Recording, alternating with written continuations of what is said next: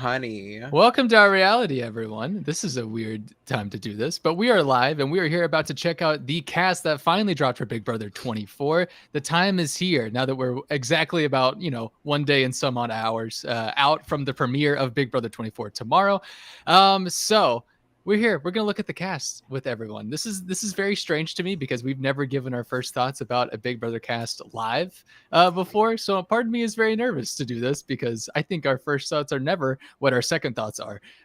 So you get to get the very fresh upfront thoughts. And if you are not going to be looking at the cast reveal and just want to live vicariously through us, this is your opportunity to do so. So my name is Bear. I'm here with Nick City, Zach, and Roxy. We're all going to go through all the cast. Did y'all know that Big Brother starts tomorrow? Did you get the memo yet? I heard. Yeah, the rumors are about.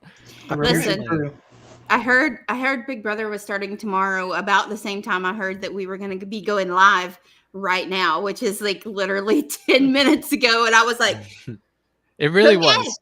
I was just this. like, with the whole cast reveal taking forever, it really threw off like our ability to do any sort of cast assessment or anything like that. So about 15 minutes ago, I was like, wouldn't it be crazy if we just went live to look at the cast for our first time ever in front of people?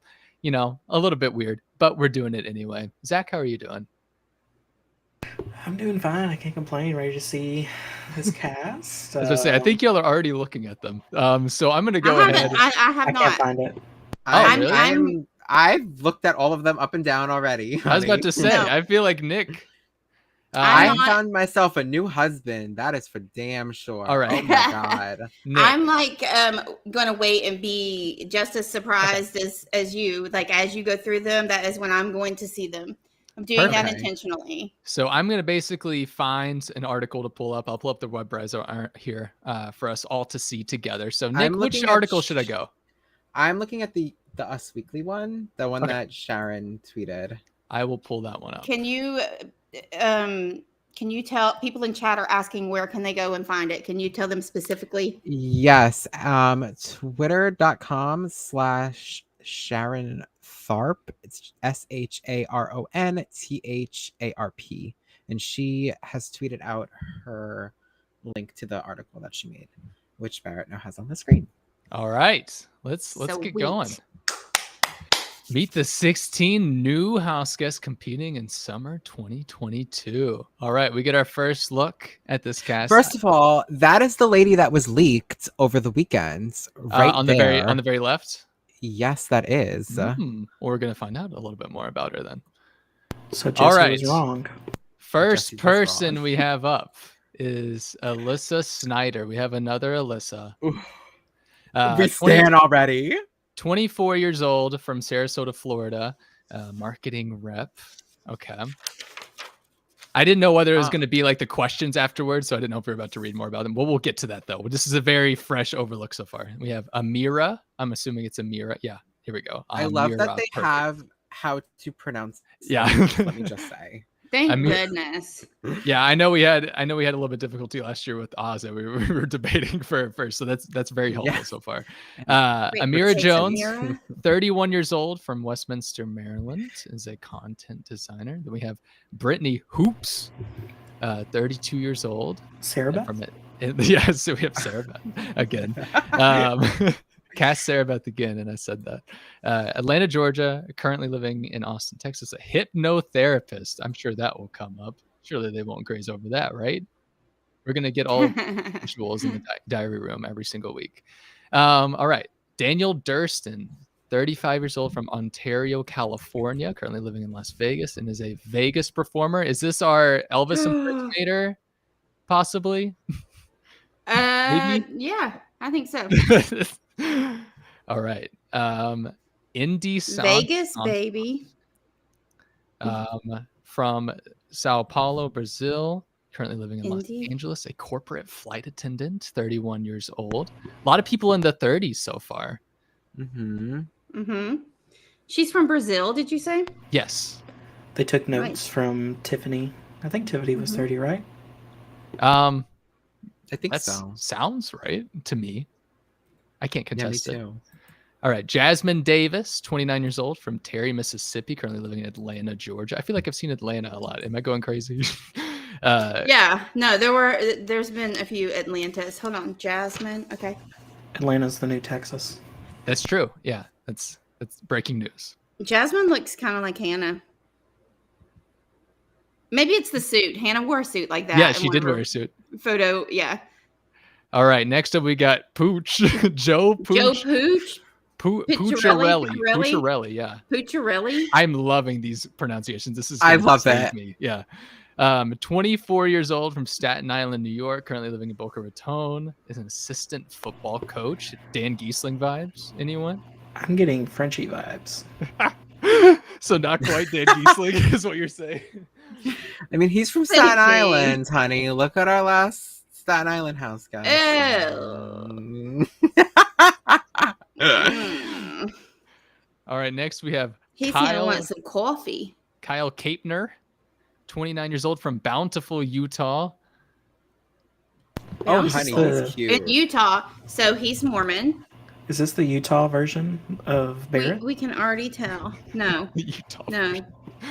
Look, he's Mormon. Wait, what's Kyle's last name? Kapner. Kapner. Kyle Kapner from Utah. Okay. Then we have Marvin Achi, Marvin 28 Archie. years old from Bless you. hometown is River State, Nigeria, but currently living in Houston, Texas. He's That's a a chemical processing travel. engineer. What the heck is That is a that? travel. Calling it, he's not going to say his actual profession. I'm getting vibes. It won't matter Yeah. because we don't know what it is. Is he winking at us? I can't not tell. quite. It's very No. small on my screen. Marvin sorry. Achi. No, it's fine. It's fine. Then we have Matthew Turner, a 23-year-old thrift store owner from North Attleboro, Massachusetts, currently living in New Love. Bedford, Massachusetts. Okay. All right. Getting a Yeah. vibe. Wait, I like how his name is Matt Turner. So I guess we'll just call him Turner. Matt Turner. Turner. Do people just call him? Is this an indication that there's more than one Matt that we're going to call him Turner? Oh, that's a good. Have we had a Matt yet? I've already forgotten every single name that we've gone through so far. I just know we got a pooch. Okay. We're only one pooch in this house. All right. Michael Bruner is our Mhm. next house guest, 28 years old from St. Michael, Minnesota. I don't know what it He is. I'm getting an- an Andy vibe from him. Mhm. Yeah. And he is an attorney. His neck Andy is vibes. long. I feel. I wish I had a neck that long. My head's literally connected to my shoulders. So another attorney. We got to have an attorney every season. So will he lie about his occupation as well? Is it Xavier from Minnesota? Wait, he's from Minnesota? Yeah. Oh, Minnesota. Xavier's not from Minnesota, is he? he knows Janelle. That's it. Yeah. Janelle and McCrae. The Minnesotans. Yes, he's friends with Janelle and McCurry because okay. I thought I knew this guy for a brief second. I do not. Monty Taylor, 27 years old from I hope Bear, he's better Delaware. than the other Monty. Maybe. We'll see. And Monty is a personal trainer. I feel like we don't get too many Delaware. Oh yeah, have we Delawareans. ever had anyone from Delaware? I'm sure surely we've had at least one person from Delaware. Right? Jameson in chat. Let us know. Xavier's from Michigan. Thank you, Caitlin. It was one of the M states. This is my man. Let me just say Okay. that now. You've already He's decided. really cute. Maybe that's why I I'm- recognize him, Nick. It's your husband. Yeah. Nick, these are the kind of like little blurbs I need from everyone so I can play them back later when we don't like anyone that's on the cast. Just look at those arms. Oh, come on. All right. Now, Now I've seen this chick's picture. Was she leaked as well? I saw her picture. she was as at the well. very top in the preview image. Maybe you remember her from that. From Well, 2 no, minutes I ago. mean prior to that. But thank you. Nicole Leog. Good I've been told God. that's how I would pronounce it. Leog, 41 years old, from oh my God, I don't know what I'm doing. Fort Lauderdale, Florida. I don't know why I can't say that today. Yeah, burglary. And Nicole is a private chef. 41 from Yeah. Florida. So Nicole is the first person in their 40s that we've seen so far. Correct? Yeah, but we've had a lot of 30s. you have been. Okay, yes, she was leaked. Thank you, chat, for verifying. Barrett's making fun of me. But what else is new? All right. Next up is Paloma. So I'm sorry. Wait. Never They mind. put how to pronounce every single name, and they don't tell us how to pronounce this. It's Paloma. Oh Yeah, I was no! about to Wait, say. they have her name spelled differently. Yeah. On both Paloma. things. Oh, I Paloma. know what Paloma, but this says Polomar. Is it misspell is it? it Paloma?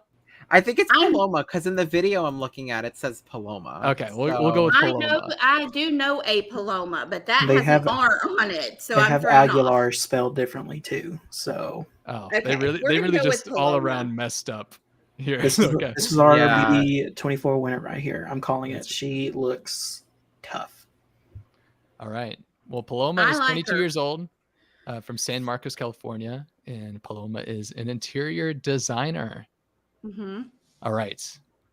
Then we have Taylor Hale, 27 years old, from West Bloomfield, Michigan, and Taylor, our other leaked person, was a personal stylist. think Does there's Taylor have another a one. connection to anyone? Sorry, Roxy. She's friends with Kat. Okay. 27.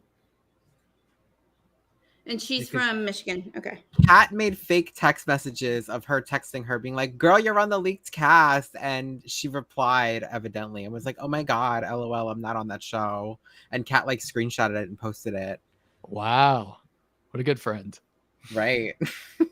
Kat was trying to Terrence save her ass. Higgins, 47. Yeah, we have Terrence Higgins, 47 years old, from Chicago, Illinois. And Terrence is a bus operator. Okay.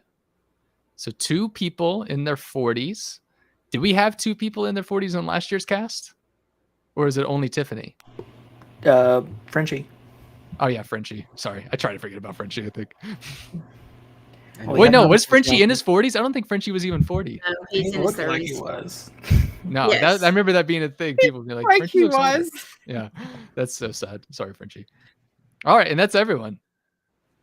Okay. Yeah. I think I wrote them all down, but I don't There know. is a video on the CBS Big Brother Twitter that has them all like spinning and doing like a weird pose thing. If you want to just like Well, we're gonna go find see it. what they look like. Yeah, let's see. This Other is than going to their- be so for everyone who is here. This Okay, is so basically just going to people- be what we're doing right now. So I hope you can accept But, it. So the one that I said, oh, she was leaked too. I've seen her picture before that Barrett callously made fun of me for. Just want to put that out there. Really hurt me in my soul, to be honest. Sorry. Anyway, I'm just kidding. In chat, they're saying that people on Twitter are saying she's a cop. I don't know if there's truth to that, but that's what they're saying. And also, it says Marvin. Did we have a Marvin? Yes. My- Yes, we did. Okay, I can't even remember. My Roxy's God. just got like shreds I've of got papers. overload. Marvin was on America's Got Talent. I'm being told in chat. Oh. Natalie says. Marvin Yeah. is the chemical processing engineer. Roxy, What the for heck when is that? Is that what he did for his talent? And now Maybe. I will process chemicals. Da, da, da. Yeah. That's what happened.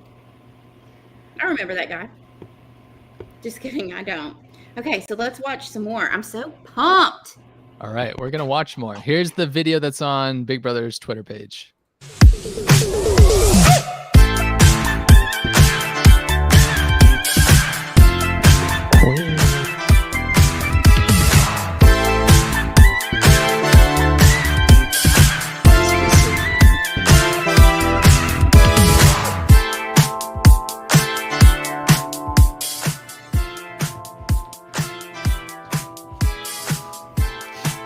Oh, that was hard. I like you, Marvin.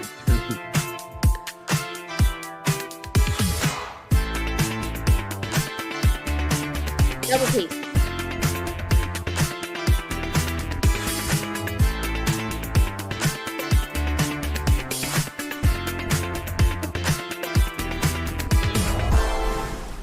And the duck, too. All right. Well, we still don't know what any of them sound like or know anything about them further than their face. Well, but we do have the clip from earlier where everyone said Yeah. one word to describe them. And I kind of think it'd be kind of fun if we tried to match the voices to the people. before we go to that, do we have? Is there actually no video of them yet, or can we read more interviews? Have those been posted yet? Someone in chat said that there was one about their strategy. I bet there. Really? I would think so. That they would release those at the same time. I think it was Us Weekly that posted it. They said, I'm like trying to find it. Chat's coming through. Oh yeah, yeah. It's on Sharon's Twitter. Cool. Trina says chemical processing is what Cliff did. Works for chemical plants in the South. And Mad Clown cracked me up because they said Turner and Pooch, which I don't know if you guys know about the Turner and Hooch movie from the 80s, but that made me laugh because we've got a Turner and Pooch in the house. And if you're old, of advanced years like myself, then you get that reference and it's funny. That's a good one. Background. A pre-game alliance? I am the Turner and Pooch alliance. God, I hope they align. I really want that to be a thing. Let's see. St. Michael, Minnesota is a very small town, says Nancy. Yes, Jameson to the rescue always. Always. Caitlin says confirmed. They know each other. This article does have voices. Oh, so we don't get to guess. So the Sharon's article you're saying, the one with the 38-minute video at the top? Oh, I didn't realize it was 38 minutes. I think it is. Yeah. I may be wrong. It is. We can scroll. No, it is 38 minutes.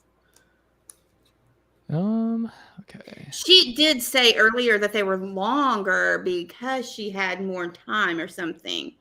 I don't know.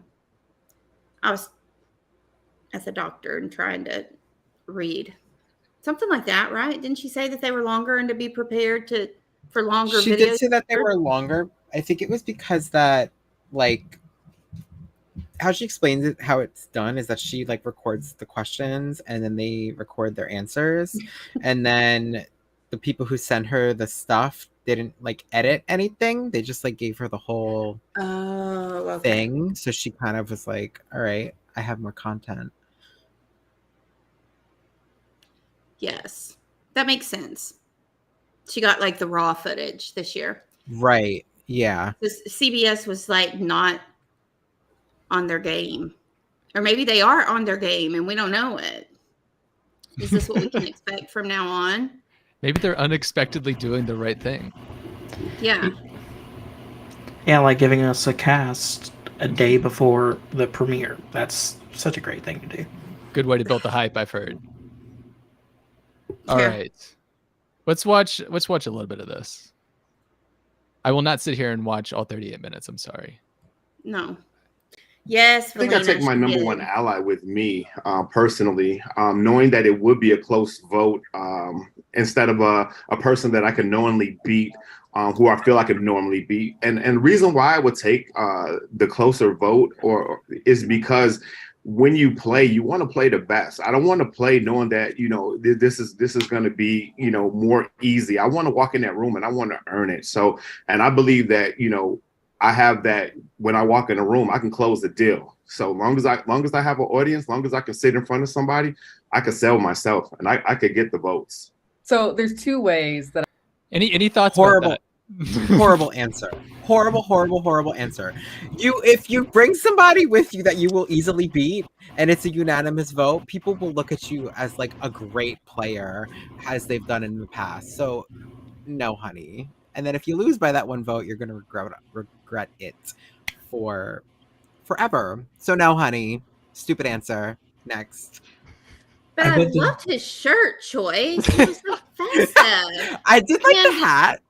And with the new, you know, BB hotel theme and festival themes and desert themes and all the other themes that they've said, I don't know what is what. I feel like he's looking good to be in this hotel. Like he's on vacation.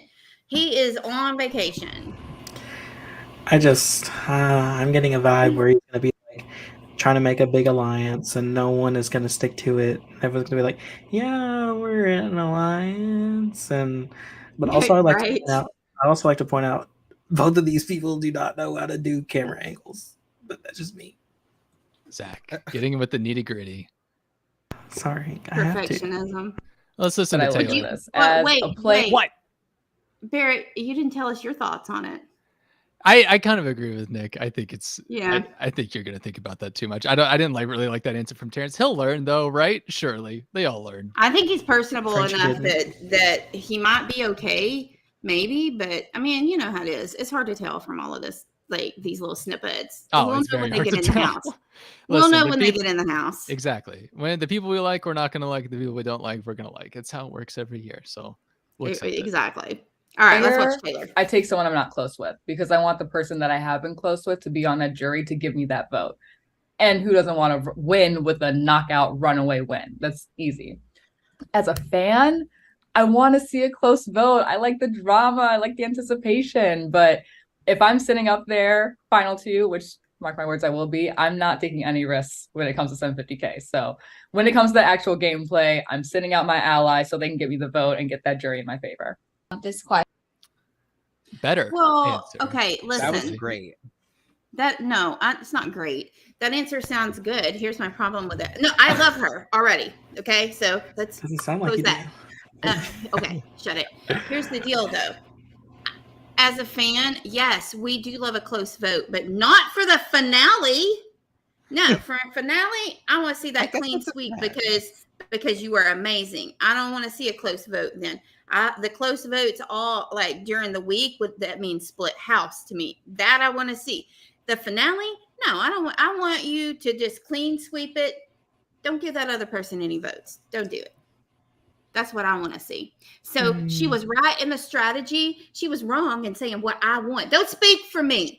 That's what I want. That's what I want. This is very interesting to start judging them based off of them talking for 20 seconds because I feel like we're so used to like listening to them like with 10 minutes or just at least having some sort of bio about them, but we're just going into it. I feel like by the time we get to like the 20th minute in this video, we're going to be just changing every single opinion we've ever had about any of these. Oh, every opinion that I ever spout off, like for the initial cast assessment, no matter how much information that I have, it changes the first week of the house. There's so many people that I'm like, I cannot stand them. And then I'm like, I'm your biggest fan.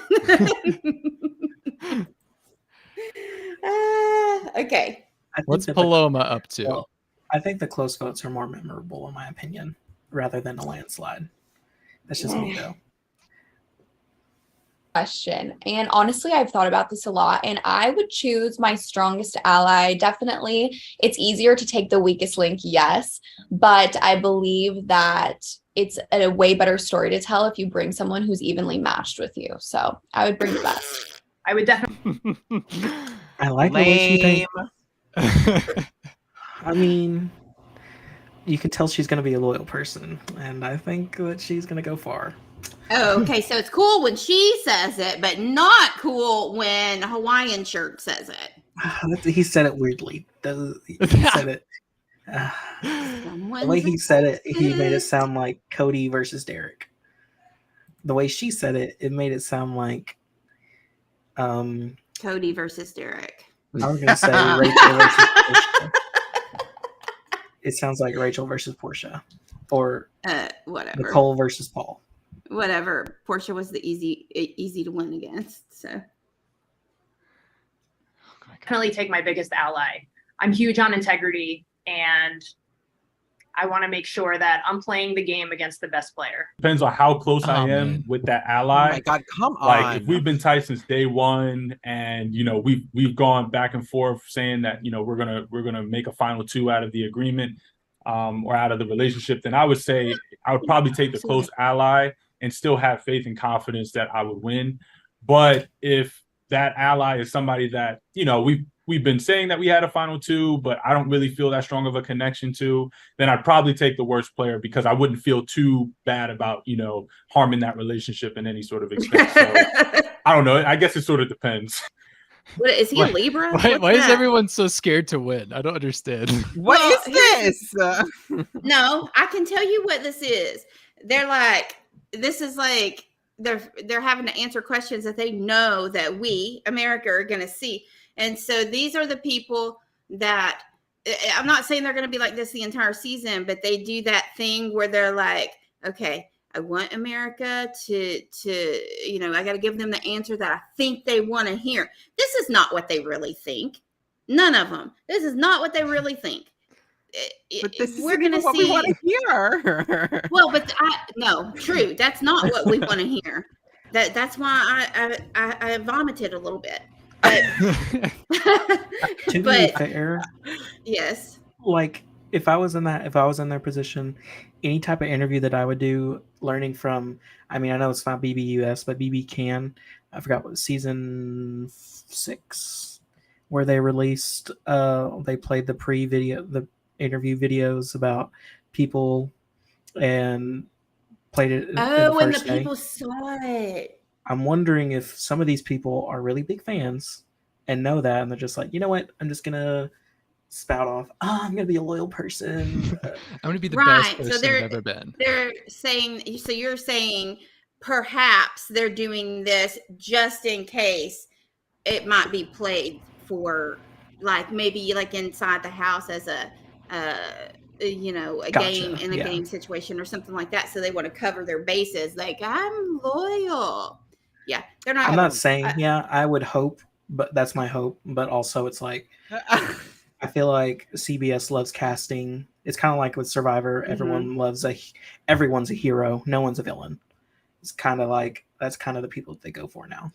Come on, be the villain. Yeah. No, I just think that they're like, this is like your so like, whenever you go on a job interview or you meet like your significant other's family for the first time, anything like that, where it's like you're introduced into a new environment and it's best foot forward, and you're like, no, I'm normal, I promise, I'm completely normal. You don't act like the true weirdo that you really are.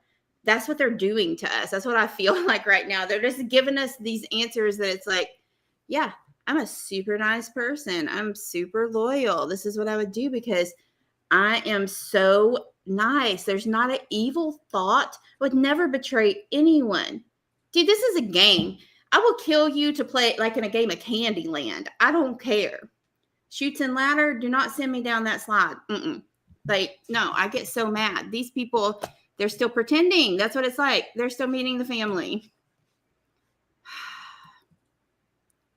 I'm upset. All right, let's listen to Ben Platt. So I don't care if that is someone who I'm close with or someone that I can't stand. If I think I can beat you in the end, you're the person I want to be sitting next to, because ultimately my goal here is to win. And if I hurt my best friend's feelings by evicting them in third place, I'll say my apologies after the show, but I came to play and I came to win. For sure. What's his name? I'm writing him down. I like Period. Him. His name is Period? Okay. It's Michael, I think. Oh, Michael Bruner, age 28, attorney from Minnesota. That's him. Yes. Yes. He definitely has the guy with glasses vibe, the cast type so far. He has very big Andy vibes. He's got a star next to his name. All right. Love. Michael has a star. Good for Michael. All right. Let's move on to the other half of Turner and Pooch, Turner himself. Sure. I'm pretty sure this happened last season when Xavier actually took Big D and he had like a pact with Azza, and I'm pretty sure Cody did that with Enzo and Nicole, so I guess this happened a bunch. As far as I'm concerned, I'm pretty sure Cody Cody, what's his last name, California or something, Nicole and Enzo or whatever. Sorry, I'm going into the semantics of that, but I would totally 1,000% take whoever I can beat. Let's be honest, I think that's the most important thing. It would be a little heartbreaking I guess for like a minute, but then if you walk away with $750,000, like who cares in the end? So yeah, totally, I would take the person I knew I could beat. This guy gives me the vibe of someone who's been trapped in a hotel room for 3 weeks and is just really excited to speak. This one person gives me the vibe of someone who's only watched the past 2 seasons. Well, yeah, isn't well, that's fine with me, but his answer was right. So yes, we can kind of tell, what the season may be like according to what seasons they give them in Sequester to watch. Matthew, sir, you'll be getting a star. They gave them season 22 to watch. So well, evidently they gave them none. So That's what the rumor was, according to Twitter. I think someone tweeted it saying that they weren't even giving them seasons to watch in Sequester. Well, Like, one of good. the producers. So Good. Honestly, Yeah. I would take that experiment. I'm fine with it. and Asa tweeted Yes. saying that she also was not given seasons to watch during Sequester. So I guess they stopped that. Good. That makes me happy. Sam in chat says Turner's going to have a great social game. I can see that. I feel like he came off pretty likable. I mean, it's a snippet of 20 seconds, but still, he gave a correct answer, and he seems like he's going to be kind of like sassy. Like, I feel like we may get a few finger snaps from him. Like, I said what I said. Like, I feel like that, and I'm here for it. I live for that kind of drama in the house. I'm just getting I like it. I'm just getting scatterbrain energy. I don't know. Like, That's okay. I feel like he'll make an alliance with two people and then forget this person's not in that alliance and be talking with that person. Yes, and not only that, I like him right now. Probably the end of day 2, I'm gonna be like, this guy, God, I can't stand him. Because that's always, you just never know. Maybe even by the end of this 30-minute video, who knows? True story. This is a tough question. If I have the option of taking my close alliance to the finals or taking somebody that's not as close, but I have an upper hand against, this is a tough question. I think I would do whatever favors my game. And if that means, taking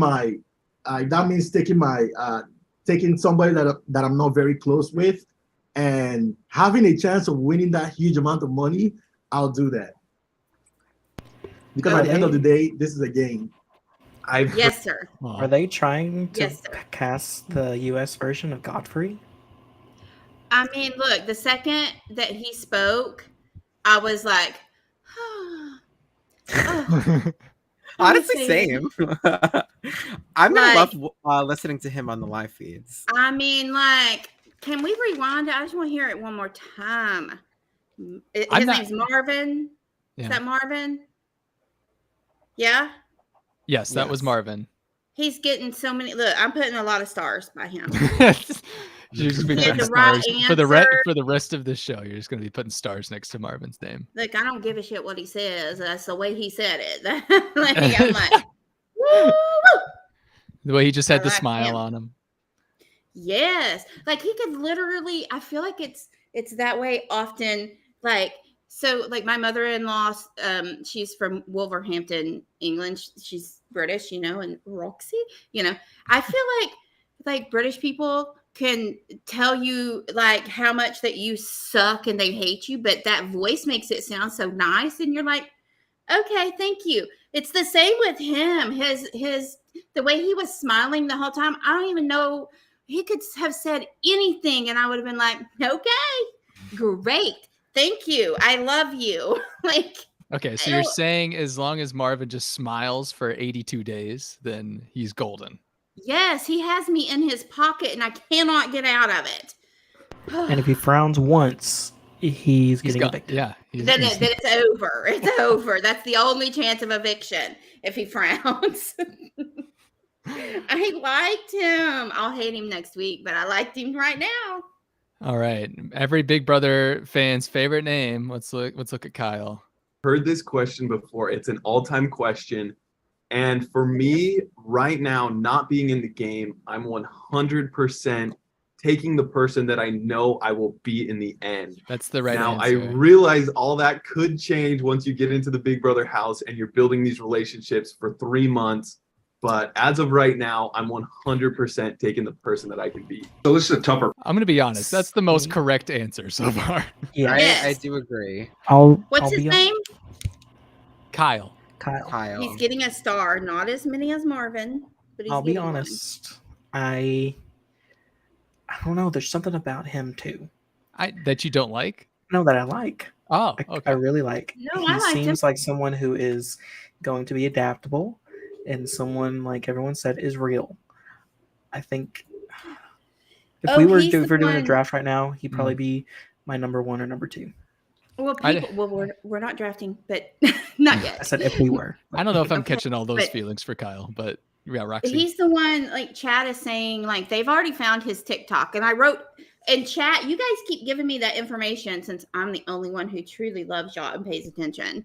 I'm making notes of the things that you're saying so that I can tell Barrett when we're done with this part, because I do want to go back and look at his TikTok. I've got it written down, chat. You guys are awesome. So that was Kyle. Apparently, Kyle from Utah is a TikTok star. So I guess we know where they found him. But anyway, but that was a good answer. I'll give him that. All right, Pooch. Question for me, because I'm a loyal person and I plan on making, deep relationships and friendships during this game.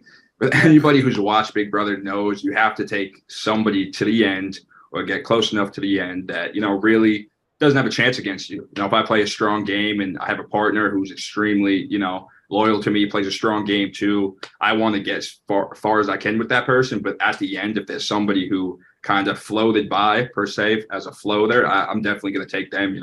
At the end of the day, I'm here to win this money for me and my family. I would probably bring. All right, Pooch. Honestly, I mean, I can't argue with like that. the answer. Yeah, like, I mean, it's a good answer. I mean, but sometimes But is floaters he being win. like, is he being authentic? Are any of these people true? Is this the authentic answer? I don't know yet. Kyle's was. Yeah, Kyle's answer was pretty authentic. But that's also the most correct, because I don't feel like if anyone sat there in these preseason interviews and said what they're going to do exactly how they're going to do it, like some of them have given the idea that they would, that's how you know that it's not the strongest answer. The answer should be, well, ideally in my mind right now, I would do this, but this game's insane and there's no way I'll be able to actually do this after 3 months of forming relationships and such. So Right. I don't know. I'm just kind of looking for those kind of answers that are just like, well, in an ideal world, it would be like this, but this is a game that goes on for 80 days. And so it could change. Well, adaptability is the name of the game. I think that's the single most important factor that a person can have to play this game. I don't think it's all social. I don't think it's all physical. I don't think it's all anything. I think adaptability is the key. That's what you got to have. So exactly. There you go. All right. I think being able to win the game helps you win the game. Yeah, I was about to say, if we're gonna do if I was to play Big Brother, I would probably try to win. Probably try to win the game. I would hope Yeah. so. That's how you win. Be adaptable. All right, we're gonna go look at Jasmine, or as Damon is calling her, Mrs. Davis. My top ally with me, only because I like a challenge and I'm loyal. So I feel like if we both did a good game, then why not go ahead and risk it all? I All right, believe we'll listen to Indy that too. We'll this talk about both of them. question's really tough to be answered right now, since I'm not in the house, I'm not living that moment. But for now, I think I would pick someone that I don't really like it, and I know it I'm gonna win over. By the end of the day, that's why I'm here. When it comes down to this, all right. Oh, McDaniel's got the backdrop. Okay, anyway. Jasmine and Indy, anything you want to take from those answers? Indy is so much more pretty than her cast picture makes her out to be. The same. Her cast picture All right. does her no justice. Okay. Send notes to CBS. Yes. I love that we have two people with accents not from America too, because that's so yes. different. So where I'm happy. was Indy from? Brazil. She sounds like Camilla from the challenge. That's what her- Oof. Let's compare it to Abby Maria instead. Okay, I didn't say she. Okay, agreed. I can go with that. I didn't say she acted like it. I was just saying that accent kind of reminded me of Camilla. And I do love the accent. Damien said, he said, she's got an accent. She's got my stand card. That's Miss Davis. Jasmine will now be known as Miss Davis. Oh, Jameson and thank you, Jameson. Jameson, you are so one of my favorite people ever. Jameson in chat says, just a note, at 6:50, they talk about the seasons that they've watched. and their favorite players. That will be very telling. Hey, we're almost fun. We're almost there. That'll be fun. We're almost fun. Not we're quite. almost. That's our motto. We're almost fun. Not quite there, but we're gonna put that on a t-shirt. That's a t-shirt we're gonna sell this season. We're almost fun. All right. I don't know. Daniel got the lighting budget apparently, so we'll watch his answer now. When it comes down to the decision of taking my final two or the third place player who I will most likely beat, I'm definitely going to take the third place player. That at least is my strategy going into this. I'm an emotional person, so I may change my mind as I grow closer, but I'm going to try to stay in that game zone and know that friendships will always come after the show. I'm here to win the money, and I'm going to vote out whoever is going to try to take the money away from me. So I will take the less likely person to win with me, no matter who it is. So easy. Oh, geez. Brittany. Coming out hot. Oh my God. She is all in the screen. She's like the Ring person. She's about to come through the computer screen and attack everyone on our live stream. Yeah, I'm a little afraid. So what do you think about Daniel? Like, he gave kind of the same answer of that you really liked, Barrett. And I felt like, first of all, I do agree. This got to, if there is an Elvis impersonator, it's him. I mean, he's Vegas baby. Maybe he knows Rachel. I don't know, but he seemed authentic. Like, I didn't feel there was anything disingenuous. But he's probably the biggest liar in the house. And Barrett will play this clip later. But whatever.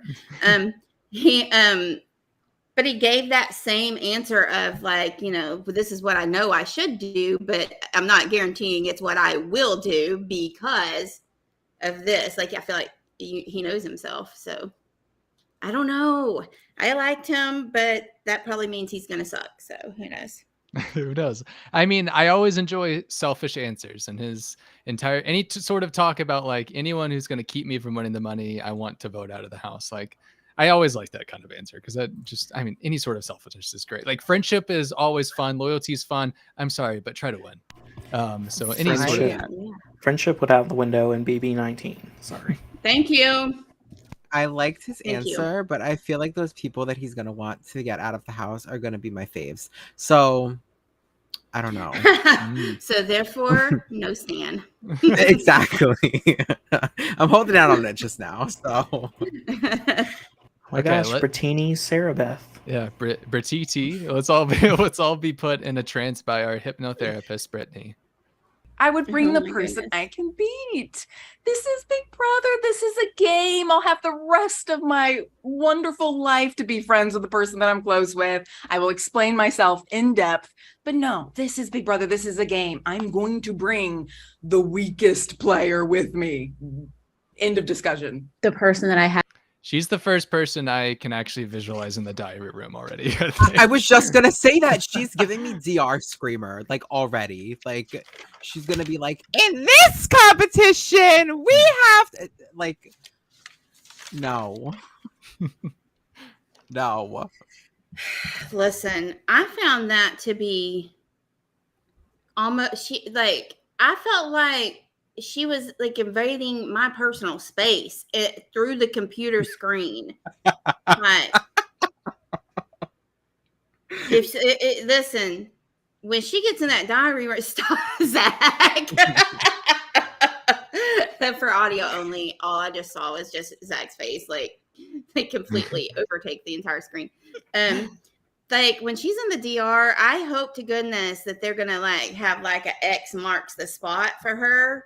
Otherwise, we're going to be looking at her tonsils all season because she was right on up there. And I just felt like, I'm like, ooh, back. No.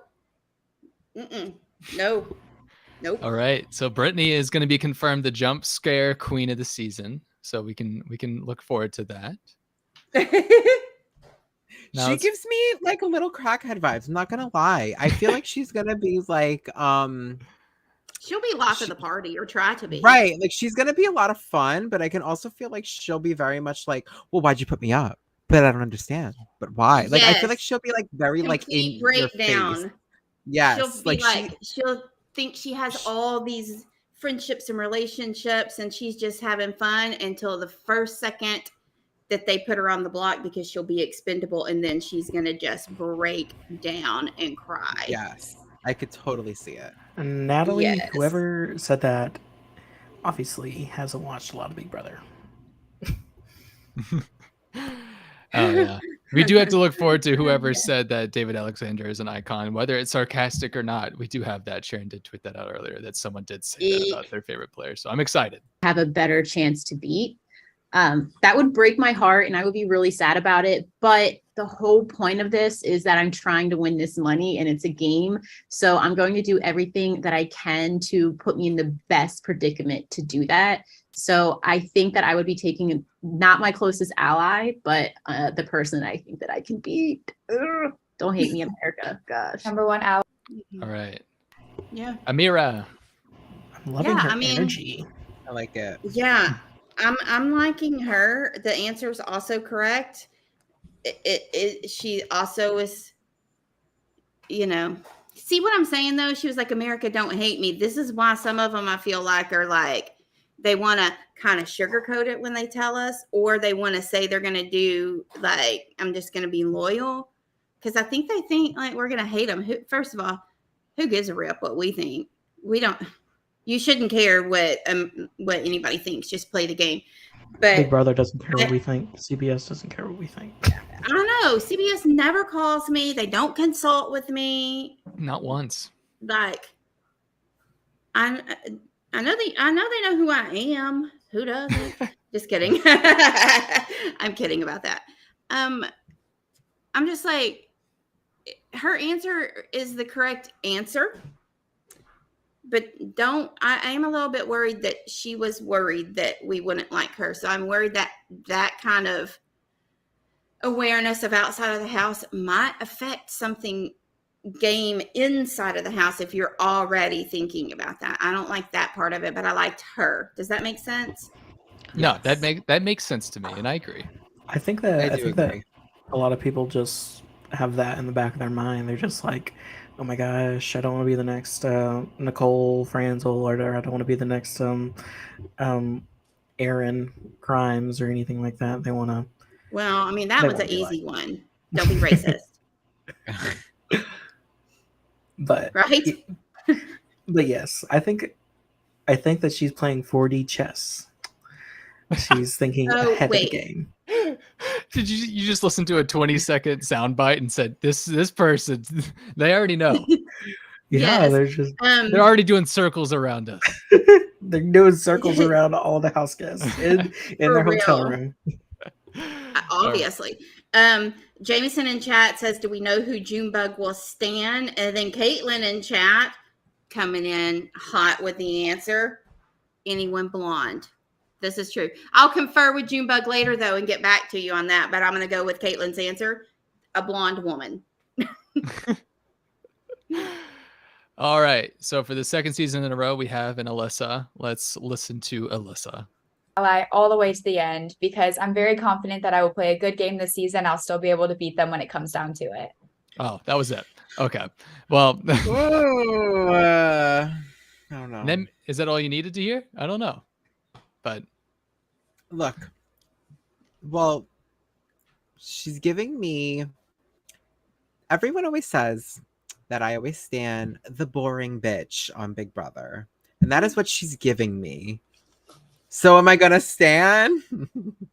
Maybe. I don't know. Don't hate We me. shall Let's hear it one more Number one time. ally all the way to the end because I'm very confident that I will play a good game this season. I'll still be able to beat them when it comes down to it. So somebody in chat, I've actually seen a couple of people say this, that the Alyssas know each other and have talked before. Alyssa this season, Alyssa last season. I don't know if there's truth to that, but I'm gonna have to be. stand. Well, right, by default. Not for me, for you. Well, there's been some speculation. So like Kat knows somebody, Alyssa knows somebody. They're saying that whoever the Elvis impersonator is somehow knows Rachel from 20. And so remember earlier in our text thread, I said, what if every player in there, they are all new players. They've announced that months ago. So all new cast, but what if they are all connected to a past player in some form? It's like Like, Star Wars. Is someone I don't- related? Is I don't someone think that'd be a twist. I think it would just be how it is most of the It's time. like Star Wars. You have to bring back legacy characters. It's the and only they way have for to us to connect. care. They have to connect to the legacy characters. The people are all connected to legacy characters from past seasons. Okay. No, that's- I don't think that would ever be a specific twist. I think that would just be a weird casting Well, thing, just like casting Tommy. I and mean, Christy. it's like stunt casting. That's all it is. It's just stunt casting. Yeah, and we've had that before. I feel like we've had seasons with 6 or 7 people that know other house guests. I mean, this is true. This is true. But I mean, Julie did bend herself in the shape of the 2 that Nick sent us. So I don't know. You tell me. So okay, let's look up. Let's look at their favorite seasons. Well, yes, let's do that. Roxy was about to send us on a whole new quest. I Oh. think. I'm all about the quest. I've watched a lot of seasons of Big Brother. One of my favorite players, two, is actually Derek and Derek and Xavier, because both of them have had a similar game to me, and they stand out the most out of everybody. I've seen a lot of good players, but them two, they stood out because they had such tunnel vision as to what they came in the house to do, what they were going to do, and they stayed the course on what was going to happen, no matter what. This is what's going to take place. I'm going to do this. This is what's going to happen. And you saw it through the whole season. And to me, that was like a flawless. I've never seen too many flawless seasons, and those two people had great flawless seasons to me. Ooh. I'm assuming he means Derek Levasseur. I don't think he means Derek Yeah. X. Which I know No. you all love. No, it he when meant people Derek throw out- F. Actually. So That would have been incredible. Well, but here's the thing that his answer told me. Whether you like Xavier's play or Derek's play, neither or both, whatever. Here's what his answer told me. This man has only seen the CBS edit. He doesn't look anything up, no spoilers, none of that, because Xavier and Derek Levasseur did not play games that were similar in any way, other than they both won. But Xavier, so like Derek did have control. Xavier didn't have control until the end. Miss Tiffany Mitchell did that thing. She had the control. And in the end, Xavier did know, and he took her out, which was the smart move on his part. And I still hate his guts for it. Just kidding, I don't. But it did hurt my soul. But they're not the same. But if you were to watch CBS edit only, I can see how you might come to that conclusion. So that's what that tells me. He may be a Big Brother watcher, but he does not maybe understand the nuances of the game that people who, are weirdos like us that live and breathe and, He's not a can't do feedster, anything for 3 basically. months. Yeah. He's not watching those feeds. That's what that tells me. I don't dislike him. I'm just saying, okay.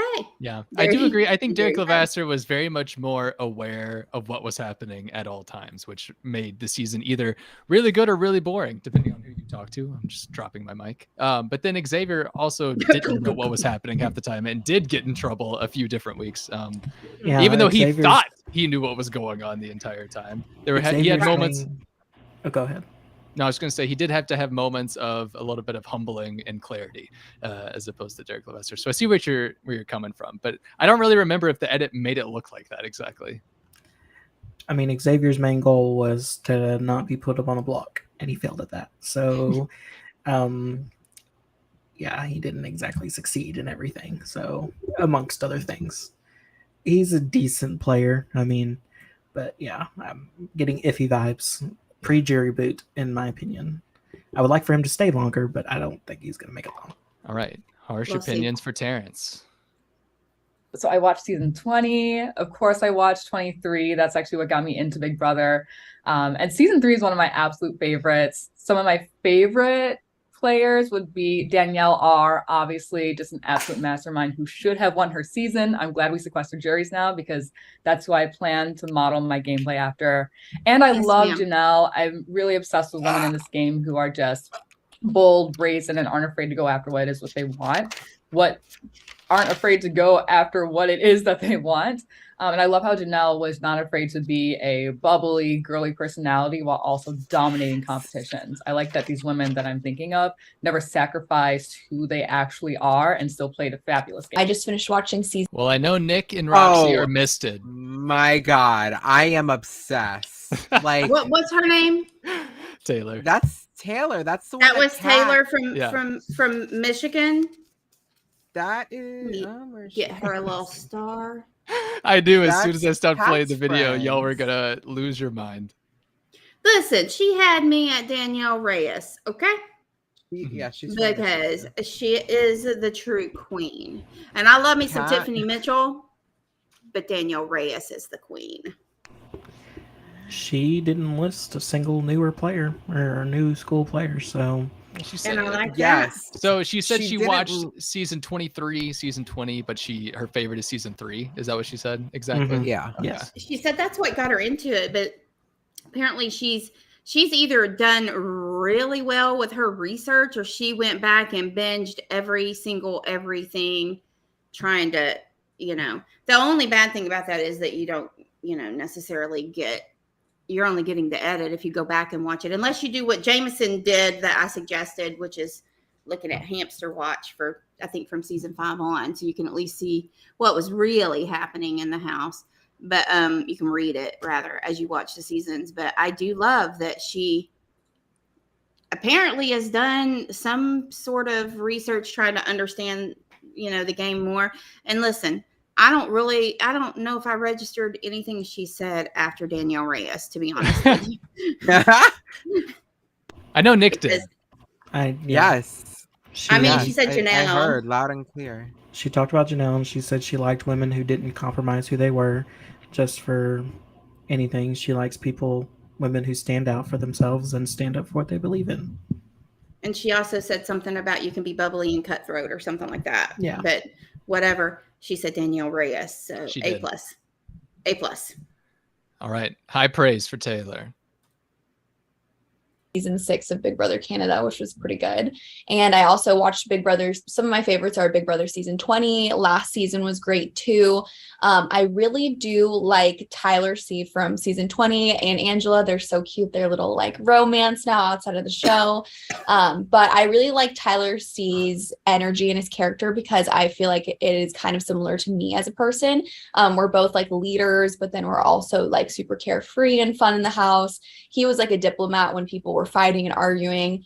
So I feel like we're very similar in that way. My favorite I've already forgotten. Who is this? I keep on wanting to say Paula. That's Paloma. That's Paloma. Okay. Never sacrificed who they Cool. actually are and still played a fabulous Sorry. I just finished watching seasons. Okay. They're not doing names the second time around, so I'm really going to have to Okay. get these names ingrained in me. So earlier in chat, they're saying they're not given specific seasons to watch any longer. Somebody earlier said they quit doing that. I think they said after season 22, maybe. So like 2 years ago. But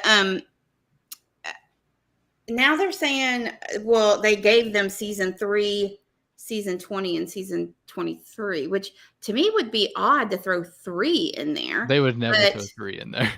that's what they're saying now. And I'm just like, what? That seems I don't know what interesting. I don't know what the hell they watched in that sequester. I don't care. That girl said, not this girl.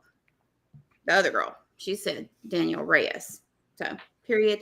In the story on that. Thomas. No, I love you, Thomas. You're great. So I don't really know, but I have a feeling if they were going to give them any seasons, it would be the more recent ones. My thought. Yeah. It's specifically last season, I feel like. Yeah. But I'm not going to gain a lot from Paloma saying Tyler C and Angela being No, really that cute. made me vomit. She's disgusting for thinking that. Okay, calm down. All right. Oh, Thomas said he was joking.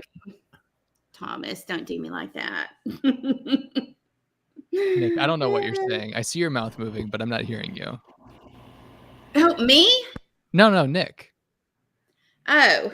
I just looked over and I saw Nick making a really good point, and I wasn't hearing him, so I just wanted to. No. No. This is Go so out sad. and come back in, Nick. Go out and come back in. Yeah, do that. I'm gonna start playing the next part. We're both like leaders, but then we're also like super carefree and fun in the house. He was like a diplomat when people were fighting and arguing. So I feel like we're very similar in that way. My favorite seasons are definitely going to be season 16, season 17, and season 23. I love Derek from season 16.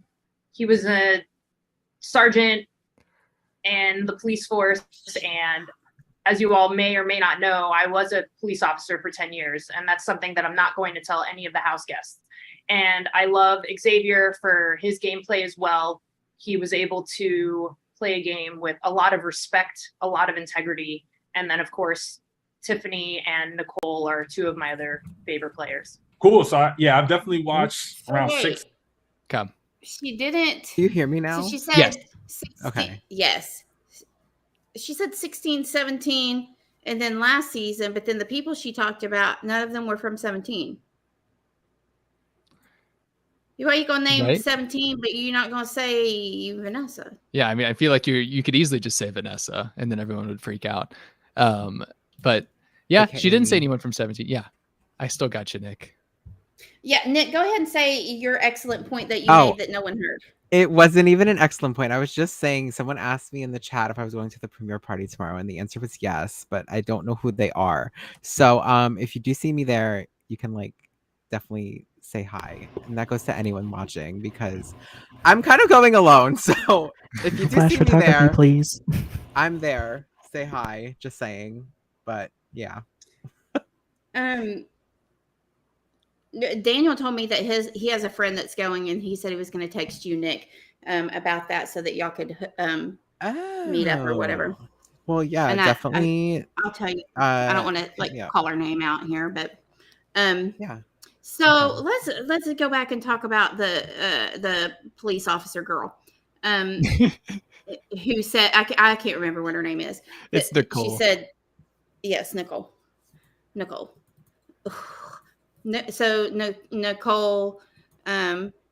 said that her favorite seasons were 16, 17, and 23.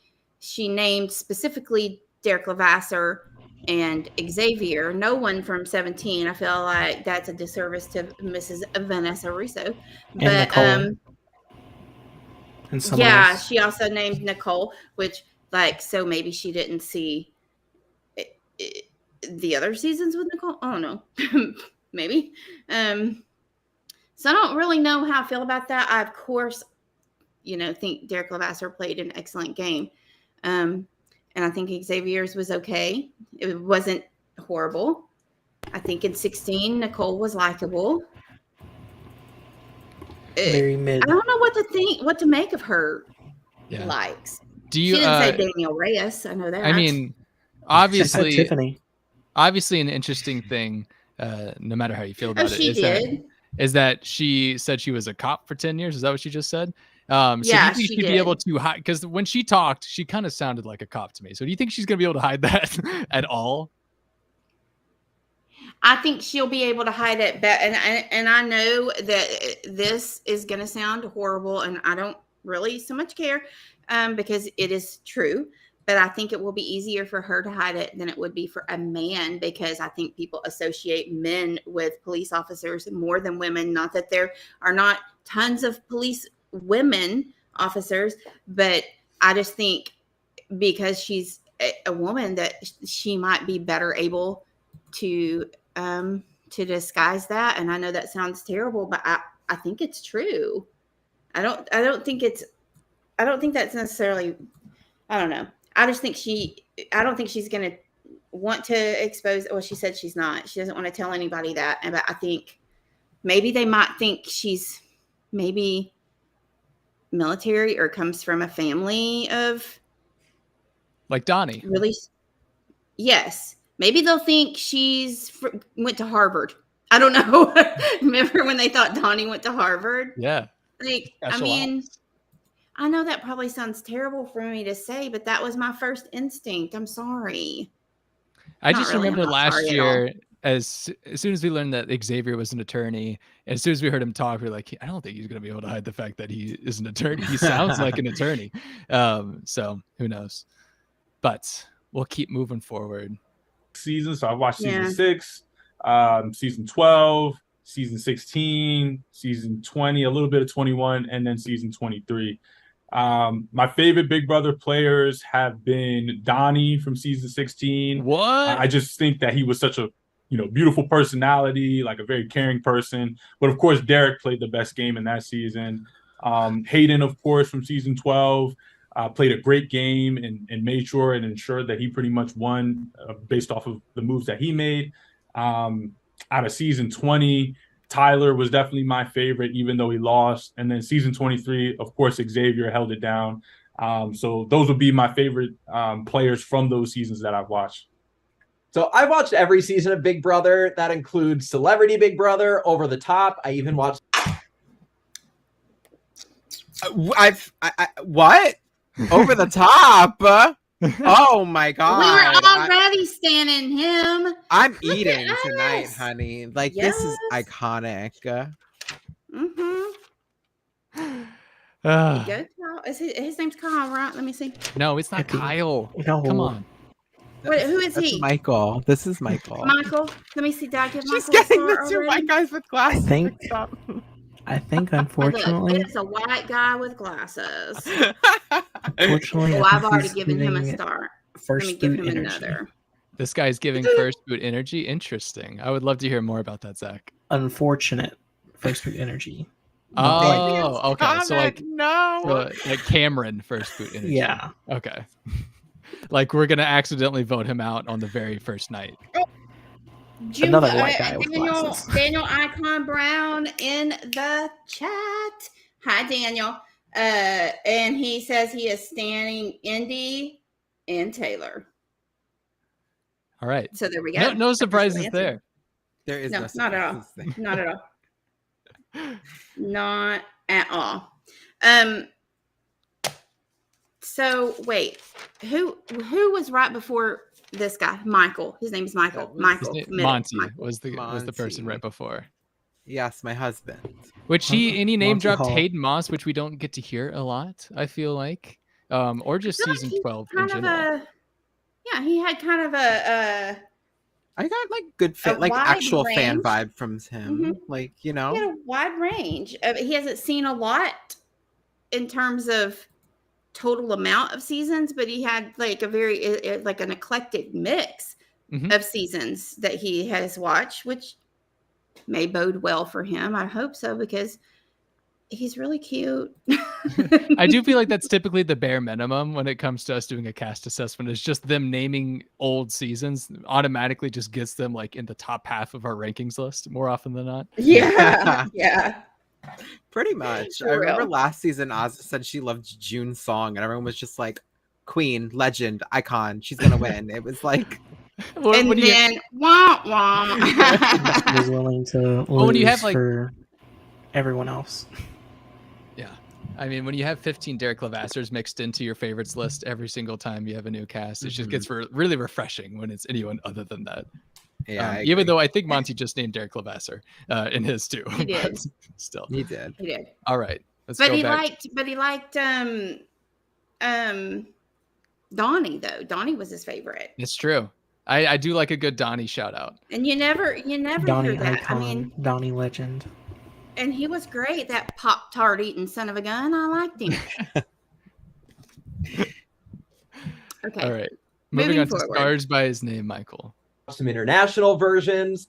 So I love this game. And as far as my favorite players go, I've always loved bold players who are willing to make moves, not afraid to go against the house. So Janelle is my all-time favorite. I love her. She's a comp beast, and she's given us some of the most iconic moments in Big Brother history. I also really love Kaser. I think Janelle and Kaser are my favorite duo. But I also really love and appreciate a lot of the strong, badass women who have played the game as well, like Rachel Riley, Danny Donato, Danielle Reyes, Nokomis from BB5, and as well as Rennie Martin for that entertainment from BB10. And Brittany Haynes for Diary Room sessions are unmatched. Okay. I don't Okay. think to be honest, I've never heard an answer like that before. Every single name got better and better and better. Like the number of stars that Michael is getting right now, unmatched. I literally feel like he's me. Like if I were to go on the show, I would have the exact same answer. That was wild. He said Rennie. He said Daniel Reyes and Rennie. Nokomis? Yes. We've never had Nokomis ever mentioned, ever.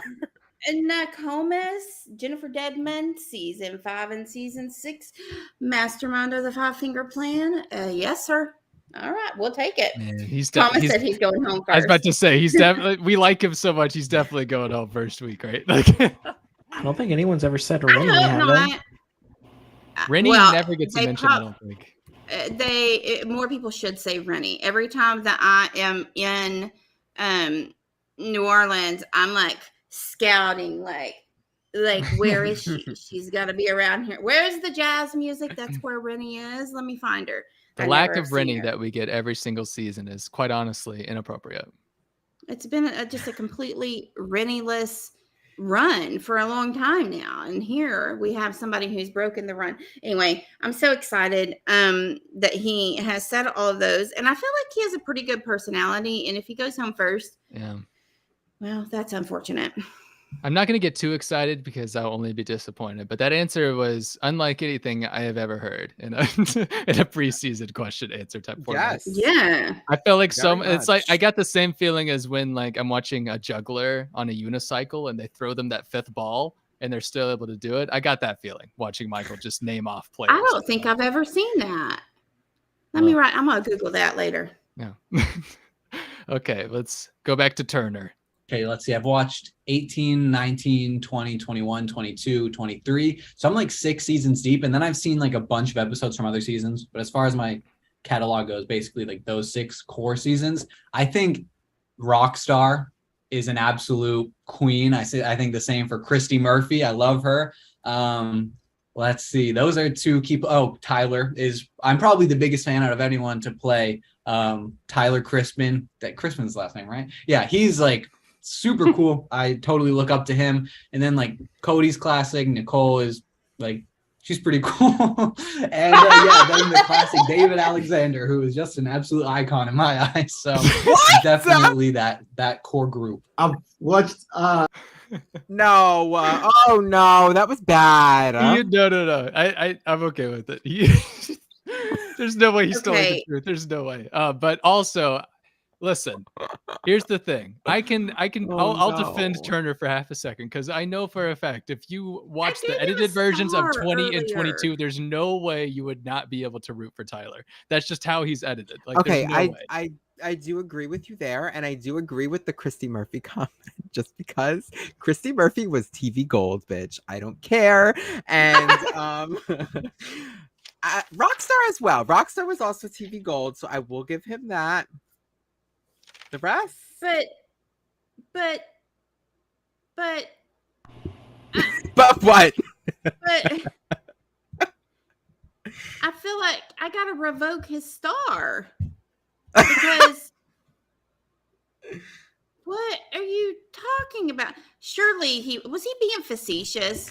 I think he was. He had I'm to pretty sure he was that being he was facetious. being like he's being untruthful with us. I feel. I hope. God, please let him be sarcastic with that answer because I'm not feeling well right now. I don't know what to make of that. All right. I like at first I was like, okay. And then all of a sudden I feel like he slammed on the brakes and just cranked that wheel all the way over and we're just like donutting and like I'm like, what is happening? Felt like I was like Dorothy in the Wizard of Oz caught in a tornado or something. I don't know what was going on. What's up with that? I don't know. I'm gonna give him a half a star. I'm gonna just take half of that star away He may get it Roxy, back. Don't fret too much because Marvin's back up. You can listen to him talk. Oh, look at him. Oh. A couple of seasons, actually a lot of seasons, in my opinion. I've watched season 16, season 12, season 10, season 21, 20. I've jumped around all seasons. But my favorite player would definitely be Derek from season 16.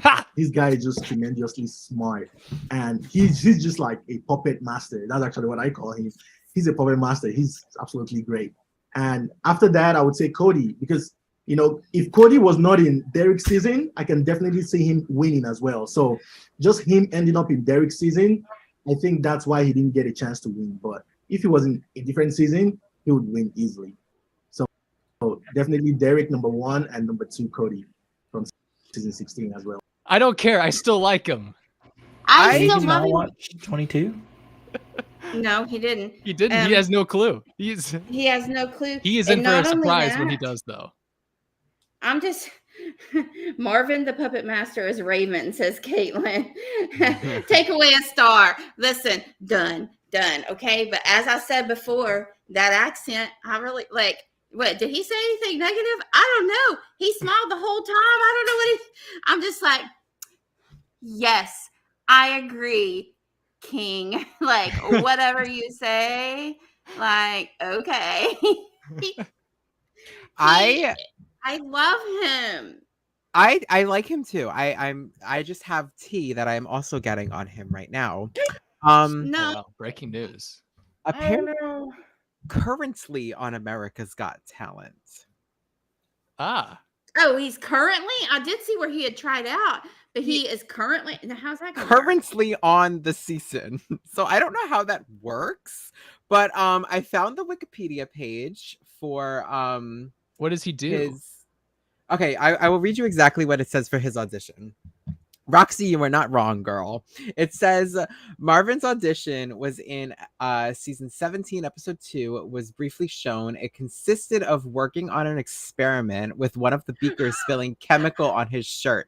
He proceeded to strip off his lab coat and shirt and flexed his muscles and pecs to Oh Yeah by Yellow.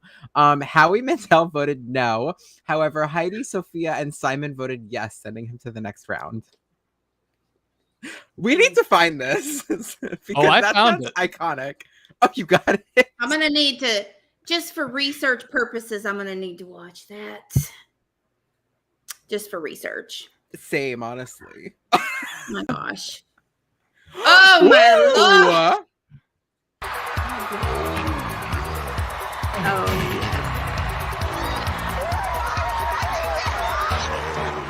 Please tell me that you're really a chemical engineer. I really am. Hot and smart. I can't play too much of it or else I'm going to get banned. Probably. My I don't know how God. YouTube works sometimes. Wow. You get the idea, you know? Hold on. I gotta Those get- arms. Oh, mercy. Oh my God. Wow. Did I faint? Did I pass out? Yeah, you've been out for 20 minutes, Roxy. I think I left my body for a second. My God. How old is he? Thirsty. He is 28. He's 28. Oh, Lord, help me, Jesus. I'm so sorry. Dear Lord, I'm of advanced years. My God. I ain't dead, though. Did you see him? My gosh. All right. Lord. We're never going to be able to be critical of Marvin the entire season, I guess now. We've lost that privilege. I'm sorry, but No. is he the most beautiful person to ever grace the Big Brother screens? Oh my gosh, I'm going to keep playing the video. Is he?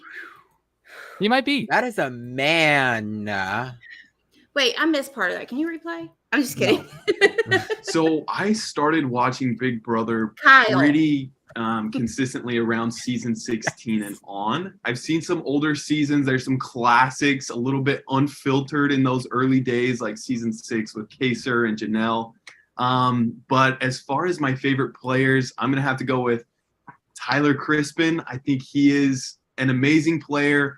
I want to replicate his game where he's just friends with everyone. He had final 2 deals with half the house and no one knew about it. I think he's an all-time player, and I think I can kind of replicate that game style. Yeah, so I've been That doesn't shock me that he would try to replicate that game style. Mm-mm. But Jameson, thank you, Jameson. House picks have just been released as well. Yeah, I'm looking for them. I don't know where they are. So if anyone in chat knows? I am kind of offended that Kyle brought up being friends with everyone as a strategy and did not even bring up Enzo at all. I'm He is sorry, the I'm house still picks. stuck back on. Was somebody else on the screen just now? Oh my god, the house is so fucking cute. Oh my god. Sorry, I'm just like, I don't know what's happening. Continue. I just don't know what to think about Utah. Like, I don't know about him. Please only call him Utah ever. That's all. I mean, he had a good answer. Like, the first thing that we watched was a good answer, but this is honestly pretty contradictory to what he said before. Before, it was like, I don't really care. You know, I'm going to take whoever to the end to win. And now he's like, I'm going to, like, if you have a final two with everybody, you're not really loyal to, and but he's like loyal, friend. And also he wants to replicate Tyler's game. Well, you can't do that unless you have a special power that keeps you safe for like 60 of the 82 days. So I don't know how he's going to manage that. I'm like, I don't know how I feel about him. And it may take time. I've really done a 180 since his last answer. I just don't know. The diary room is so pretty. Just saying. Barrett, I'm look gonna at it DM momentarily. you like something. Yeah, please do. And then you can. It's a 2-minute video, but it's the house basically. Oh, so. I And think there's that clips would of be- them in the diary room, which is interesting. So. Oh wait, I found it. I'll put I it. want to know how close the hypnotist is to the camera in the diary room.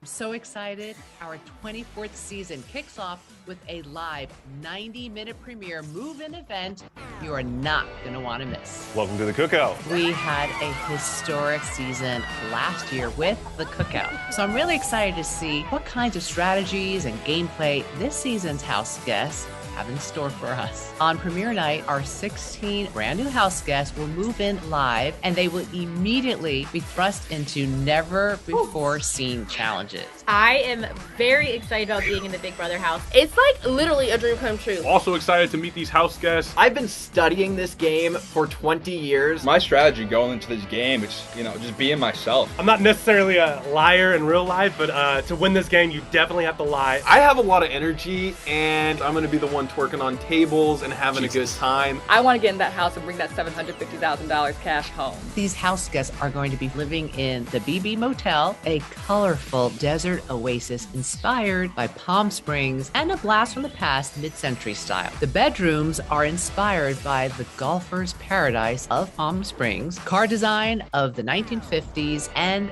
the space age. Being in the Big Brother house is amazing. Of course, the diary room is going to hear all of my evil plans. I do have a secret that I do not plan on sharing with the house guests this summer. This season, house guests will experience the most outrageous festival-themed summer at the BB Fest. I want to win that first HOH because that is huge for your game. I have the competitive aspect down, and I think I'm just built for this. Always expect big moves with Marvin. Hey, I'm Texas. I am fun, Oh! I am hot, and I'm winning Big Brother. It's your boy in the building. Let's go. It feels great to be back. I can't imagine having any summer without Big Brother. It means that summer is officially started.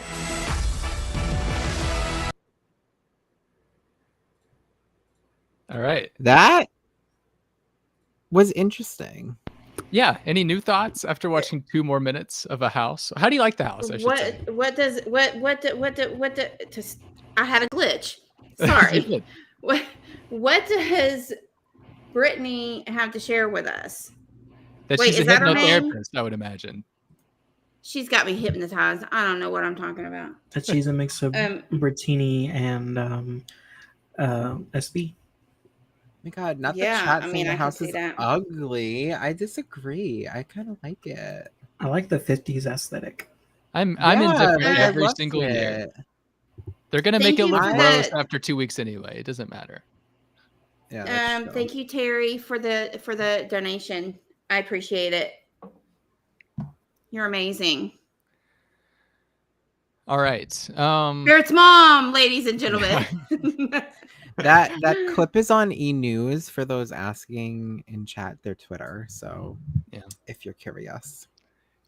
I like the comment that it's not cohesive at all. It wasn't cohesive last year either. We had like a casino beach last year, so I'm not surprised that this year is Motel Dune. Well, I have to Motel say, Dune. it's like I feel like it's honestly kind of taken from the Cars movie, like Disney Cars, Radiator Springs. because you do have it's instead of Palm Springs, it's Radiator Springs, because you do have like the aside from maybe the golf portion of it, but you have like the 50s car stuff, and I felt like the lighting that was in the DR is very indicative of like that kind of mod 70s ish, and they had so many of those kinds of elements in the Cars movie, and I'm just like, where's Mater? Like, what? Ka-chow or whatever he says. What does the car say? Yeah, I don't know. Well, Mater doesn't say ka-chow. That would be ridiculous, Roxy. That is Lightning McQueen. Well, yeah, I certainly don't want to be that. I don't know. All I saw was that there was a little bit of some flexing mid-video, and I kind of spaced for a minute. So I don't know. Roxy's just overwhelmed. Yeah, from Marvin everything. is I really texting us. am overwhelmed. I can see how the desert thing would go with the festival theme that is also apparently integrated. We're gonna have a different sort of festival. You got like a Coachella Burning Man? vibe, I guess. Yeah. Who's ready for a takeover? Nobody. None of In us are ready fact, for that. We'd rather. We'd rather. Coachella, Woodstock. Yeah, anything really desert. So let's talk about Utah and his twerking. That was some serious arch he put into that, wasn't it? Yeah, you did. You put a lot of effort in there. Also, I just listen. I may like him, I may not like him. The jury is still out on that. But I do want to point out that him standing up and twerking like that kind of gave me Raven vibes from the very first episode where she like danced around and said Arkansasy, and God help us, I hope he doesn't get salmonella in one finger or have an inverted spine or I don't know, a kneecap that is in her shoulder. I don't know. We'll see. Yeah, we may. And maybe we'll see a lot of dancing from Kyle throughout the season. Who knows? Personally, I hope not. The less dancing typically changes my opinion about a Big Brother season. I mean, somebody in chat said I'm over Kyle already, and I don't want to be. Look, I'm trying really hard to hold out. Like maybe on the feeds it'll be different, but also same person in chat. Same. All right. Let's move on because we have 38 minutes of a video that we still have to get at least somewhat through before we call it quits. Oh, okay. So let's learn more about Pooch.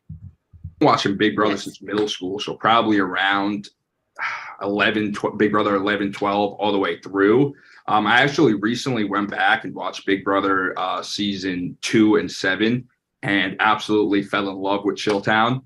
And it's kind of funny because I don't think me and Dr. Will are very similar per se, but I loved his gameplay, especially in season 2 when there was no veto competitions, and he still somehow managed to get through and win when he definitely shouldn't have. So definitely Chilltown, definitely Dr. Will, and then guys that are similar to me and where I'm from, like Enzo, the Meow Meow is hysterical, and then Cody too. Also love those 3 guys. Pretty much all. Okay, we have a Chilltown shout out. Somewhat refreshing. Less refreshing is another Cody Calafieri shout out, but we threw Meow Meow into the I think you mix mean today. Cody, California. Cody California. That's who he is now, and that's it. He looks like Dr. Will. I don't know about that. Maybe a little bit.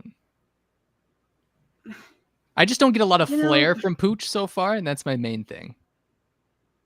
Pucciarelli got a star from me for his answer earlier, and now like that answer, I'm just like, sir, I have to revoke your star because I don't like that answer, Mr. Pucciarelli. What did you not like about it specifically?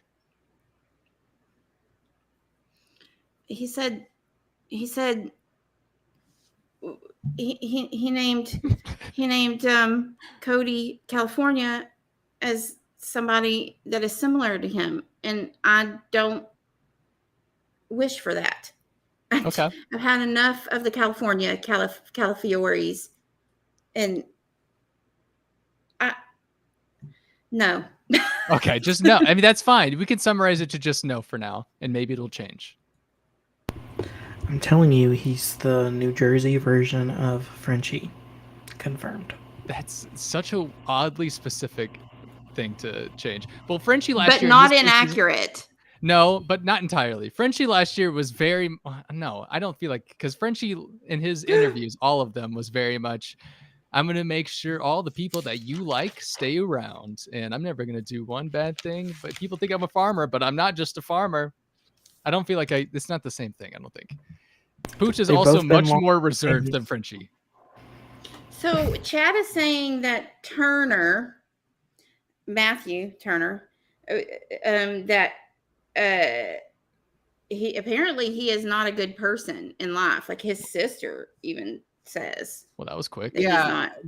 His sister, I'm looking at it now. His sister like made this whole long thread about how he like did really nasty shit to them like as growing up, but like I don't know if that's like real. Like I don't.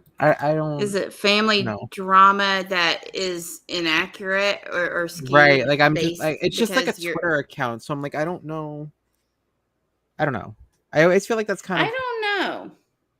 Weird. I mean, look, we don't really know anything about these people yet, but I've already removed his star. That star, his star has been removed, and now I'm hearing this, and now he's like a negative star. I don't even know what to think. But other people are also saying that Mr. Kyle Utah TikTok is a big time Trump supporter, and they are not liking that in chat at all.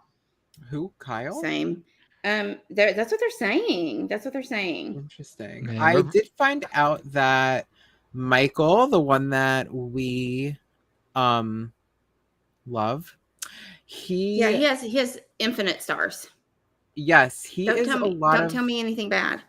He has a lot. No, it's not bad. He has a lot of mutual friends with me on Facebook. Whoa. Really? So a lot of like org people. So you're basically on Big Brother. Something, but like yeah, a lot of org people know him apparently. You're gonna live vicariously through him through this season. Yes. All right. Well, the Mr. Beast controversy. Yeah, that's also a part of that thread with his sister. Somebody in chat saying they remember that. Yeah, someone linked it underneath her thread. Interesting. I mean, I will say the person who's saying that they're his sister, I don't know if they are his actual sister or not, but they do have the same last name Turner, which is pretty common, but I don't know. I have no idea. It is on Twitter. Their Twitter username is itty bitty Holly. If anyone wants to go peep it, but yeah, I don't even know if I'll attempt to unpack all of that. This is the really bad thing about releasing a cast the day before the premiere is that now we have to fast forward all of this. Let's investigate into every portion of their lives aspect of it. And so let me answer one more person. Somebody else in chat said, how do you know that Kyle Utah is a Trump supporter? I don't know. I was just reading what chat said. I have no idea. And whatever, Big Brother isn't political, so I don't care. I mean, it is, but I mean, I don't think that's true at all. I mean, it is, but I have no idea. I'm simply relaying the message. I don't know. Okay. I know. Oh my gosh. Shocking turns in the chat. So Casterville is turning into about as hectic as I planned it to be. Glad to be live. I've got. Always I'm glad to so- be live. Oh Lord. Next contestant. Mrs. Davis, you're back up. Save us. All the seasons, but I would have to say my top players would have to be Derek from season 16, Cody from season 19. I would have to say Tiffany from season 23, and yeah, that's pretty much it for me right now. I watch a Wait. Yes. Sorry, glitch. Yeah, you need to backtrack. What? Oh my God, Roxy, say Who? your sentences. Who? I can't. I'm medicated.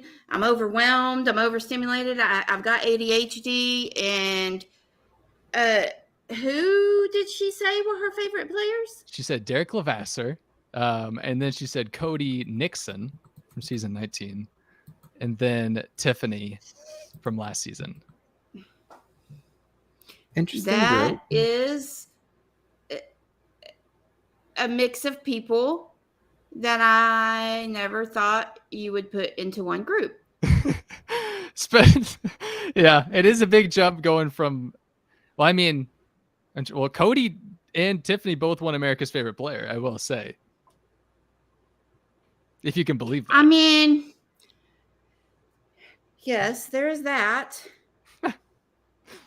But just the difference in personalities itself, for you to like both of them, to list them in your top 3, very interesting. Well, It's just I find incredible that- to me. Like, okay, season 19, context, understand kind of why Cody could prevail to America's Favorite Player, especially with his edit. But to sit there and list him in your top 3 is another thing entirely. Exactly. I agree. I can see how you got there. Like if you watch the CBS edit, you have no outside information and you're watching it. I see how you got there. I'm not like, oh, I hate that guy. No, not at all. I'm not saying that. But I just feel like for that to be like your automatic, like, who's your favorite player?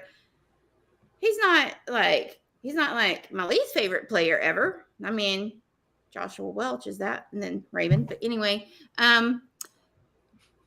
it would never come to mind. It would never, like, that is nowhere in this like top tier of, okay. But then when I combine them, I love Tiffany, and I think Derek's great. Okay. Well. All right. I think it was interesting. I mean, we'll see how it goes. Where is she from again? I think she's from Mississippi. Fantasyland? I don't know. I don't know. It's somewhere in the South, though. We know that for sure. Not Arkansas, unfortunately. No. Jasmine is from Terry, Mississippi. Now lives in Atlanta. Where was Cody from? Cody is from. He's from Texas, right? Yeah. I'm pretty certain he's a Texas boy. I was thinking Yeah, me Alabama. Cody Nixon is from. I know they live in Texas now. Yeah. Texas sounded right, but I'm not positive. I mean, on he's that. military. Yeah. And so. He's from, well, he grew up in Iowa, but he lives in Plano, Texas, or he did when he was cast. Okay. Well, I was gonna say Plano, maybe they're from the it's same Dallas. state. Yeah.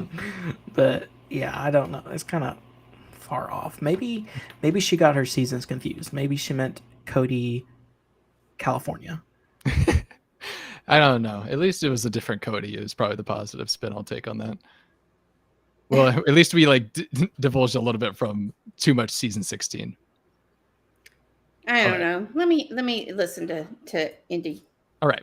The last one and my favorite player, it's of course the winner. Xavier. I don't know how you guys say his name, but he was my favorite because he's like, I see so much of myself in him, like the way that he treated people and the way that he did, like the clear way that he did his game, like trading like favors, and I liked him a lot. I've seen. All right, not too much to expand on there. Just picking someone from last No. season, but No, I like her voice. Reminds me of my I do grandma. too. I do too. all right. So Your grandma too? what? Oh no, I confused. said I liked her voice. What are Me you and Nick have hearing? Me and Nick have the same grandma. How much medication did you take? The Um, regular prescribed amount. Good answer. Yeah, I could see Indy as a recruit. I think that CBS is trying to get their next Abby Mhm. Maria. I can see her being a recruit. I think 100% she's a recruit. Yeah, I think that probably confirmed it with that Yeah. answer. Next She up, watched last season. let's listen to Daniel a little bit more. Every Big Brother season, even Canada. I've seen every single season. I've been obsessed with the show since day one. I was there watching it when I was like 14 in 2000, watching it.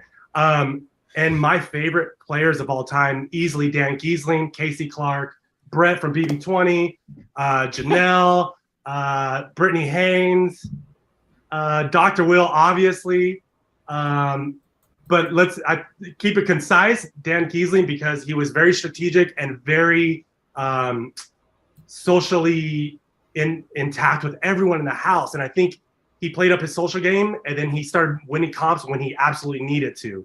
And the same goes for like Casey Clark and all the people I just named, who I absolutely love. The list is too long. I'm sorry. I'm a huge fan. I have watched. Jesus Christ. Oh my God, girl. All right. Every season, Daniel says. And now on his short list, he threw in Dan Giesling, Dr. Will, and everyone's favorite Brett from BB20. Yeah, like that. How random is that? Like, Yeah, that people's was a short weird lists are really add-in. interesting to me. That's fine answer. Just play the game. Play the game well, please. She looks like have y'all seen Paranormal Activity? Yeah. It looks like the last clip where she like eats the camera and Yeah. like the movie ends. I mean, Yeah. like, it's definitely a horror movie. Like, it scared me, like jump scares. Like, get back up. My gosh. We need to My goodness. we need to bless the podcast real quick just to reset when Brittany shows up. Let me burn my sage real quick. Just kidding. I feel like you're a child of God, and that's No. All right, Daniel, every single season. I didn't expect that answer to come out of him, so I don't mind it. I don't mind it when people have seen every single season. In fact, I kind of prefer it sometimes.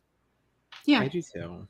He gave a lot, like, it's giving like actual fan, not fake fan to me. So I'm like, at least appreciating that. Like, I'm like, okay, at least he listed off people from like multiple different seasons, and it wasn't just like Derek and Cody. Yeah, we don't have to be Even if thinking one of about. them was Brett, at least there was like a Right. good mix of a lot of Right. people. He's allowed to have, I guess, one that's like, okay then, right? We all have that one. Yikes. Mine's Dallas. All right, Brittany, let's just do this. Every single season of Big Brother since I was 10 years old, day one, season one. I have so many favorite players. I couldn't even begin to mention them all, but my absolute favorite, and I think I'm biased because I kind of want to be your best friend. So if you're watching this, hear me out. Nicole Anthony. I love her. She's a heart of gold. She's fun. She was loyal. She just played an amazing game. In mainly her first season, but she did a great time on her All-Star season as well. I think she's awesome and one of my favorite players for sure. I have watched. Wow. I think she just took word for word what Roxy said when we were watching season 21. Yes, she's my best friend. She just doesn't know it Oh yet. my God, that was so funny. Oh my God, there was such a build up, and it was just Nicole Anthony. I mean, she's an all-star. Oh my God. I mean, listen, she could have named I was about to say she any could have named number of worse. people that would have Could have named been worse. It was far just very worse. handsome. But I have to say, First of all, I loved Nicole Anthony her first season. I did too. I was What a a strong doll. Islands warrior. She's from where I'm from. Mhm. I was really pulling for her ass. So I will say I did love her in season 21. I just thought it was very funny that it was like, I've watched every season all day, every day, day one since I was 10 years old. And my favorite ever is Nicole Anthony. Okay. Yeah. Like you have a plethora of players in which to choose from. The pool is large. Right. And okay. Well, so She's giving me good energy in terms of good TV. I'm telling y'all. Like she's not me. I'm terrified. She is like her nose is pressed against the glass. Like, back up. What in the world? Does she think like I'm wearing my glasses? I got my lookers on. I don't need you to get that close. Back up. You and your lookers. Back up. My lookers. Got my lookers on. She's a little much right now for me personally. But maybe it's just the excitement of, I mean, she has been in a hotel room alone for a lot of days. So maybe in that time she's forgotten what personal space is. I don't know. Maybe she's like just the lack of any type of interaction with another human being just has her very excited. And she's like, oh my God, a person. Because that's the feeling that I'm getting from her every time. Like when she pops up, it's terrifying. We go from like calm and then all of a sudden, like we're looking directly into the cornea of her eyeball. That's how close she is. You know what?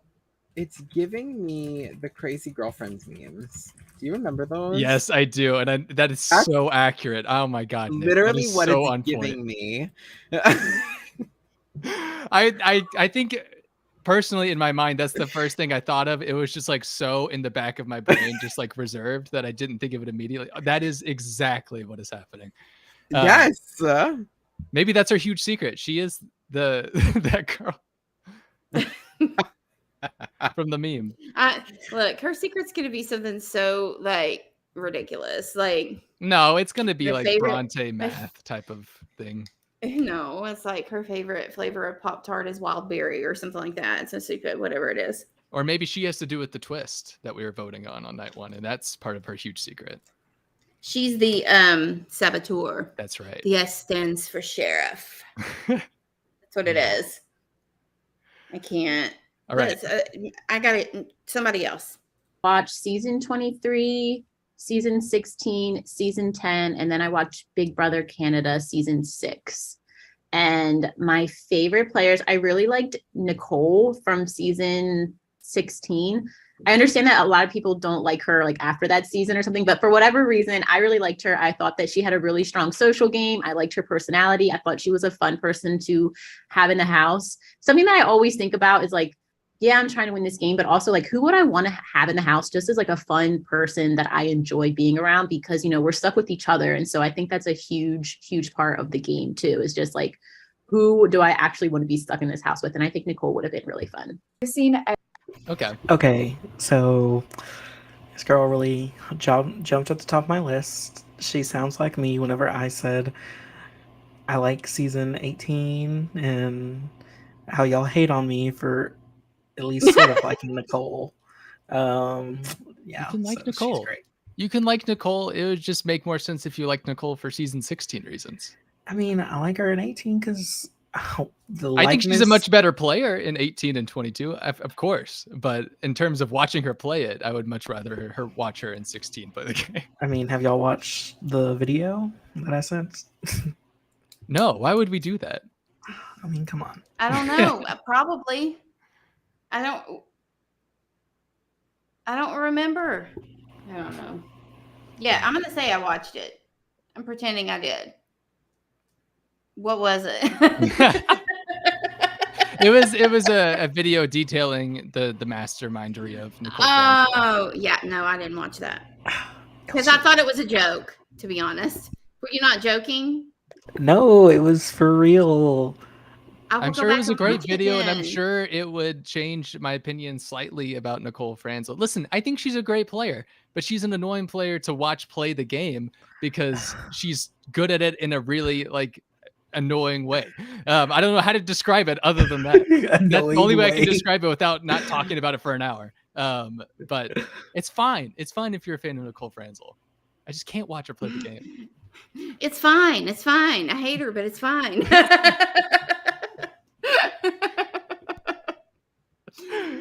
Hate is a strong word. That's not even the truth, but In the Big Brother okay. sense, of course. Yeah. Okay. I don't even know what my point was. I think I just started a sentence and then just had no closing for any of it. So we'll move on. It's fine if you like Nicole Franzel. It's fine. Okay. It's fine. I'm okay. Alyssa, talk. Every season of Big Brother, and some of my favorite are very powerful females, and I would say it would be Janelle, Brittany, and Casey. Oh, she kind of sounds like Janelle. A Big Brother, and some of my favorite are very powerful females, and I would say it would be Janelle, Brittany, and Casey.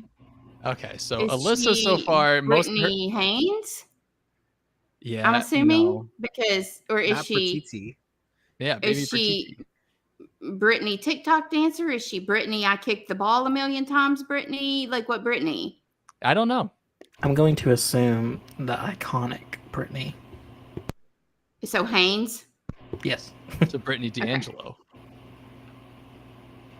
Fertitti. Then it's not a bad list. It's not a bad list.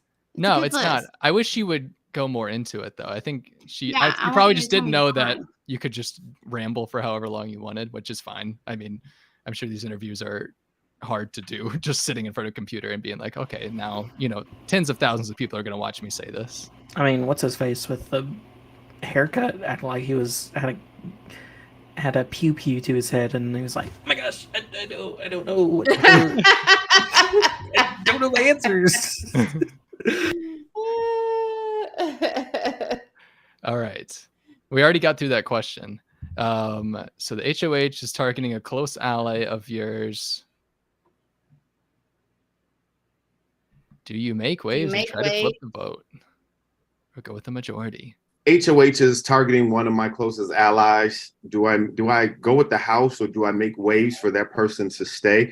I think it would all depend on how much I need that person in the game for my longevity. Is that person a shield to me?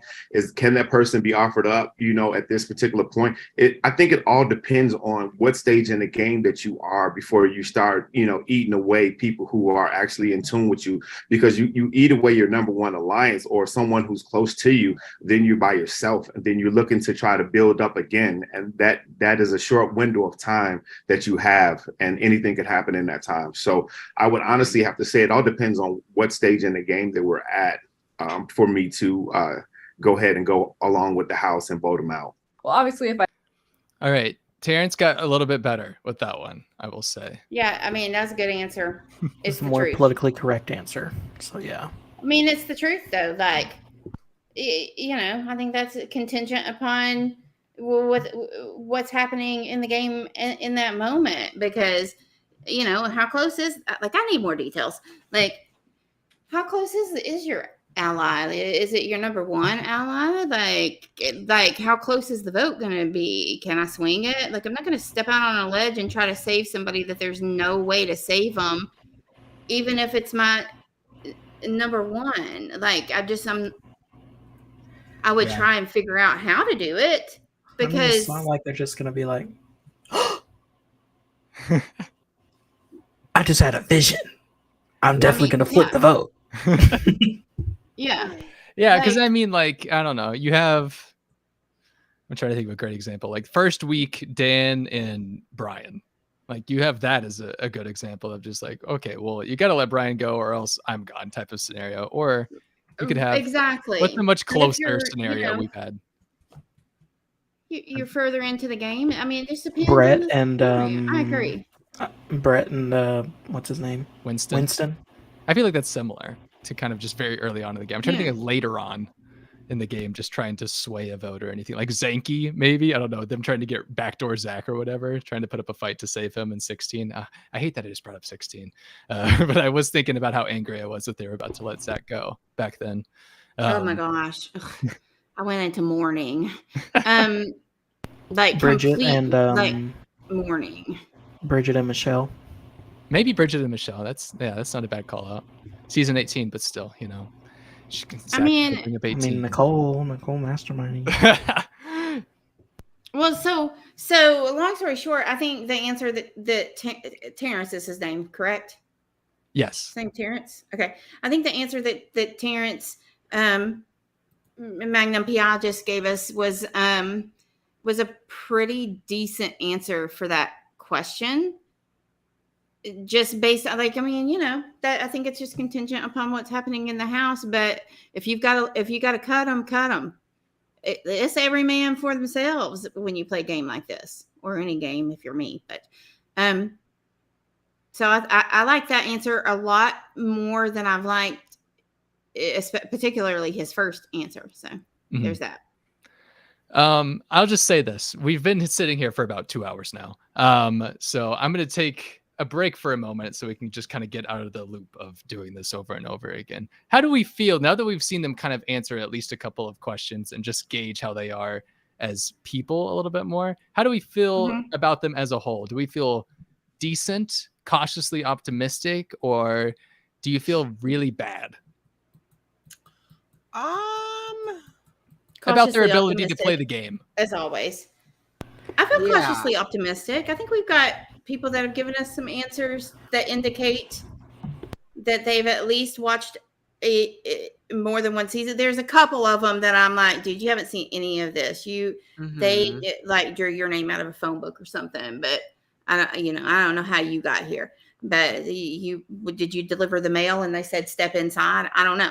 But I think the majority of them have seen more of the show than we've seen players have in the past.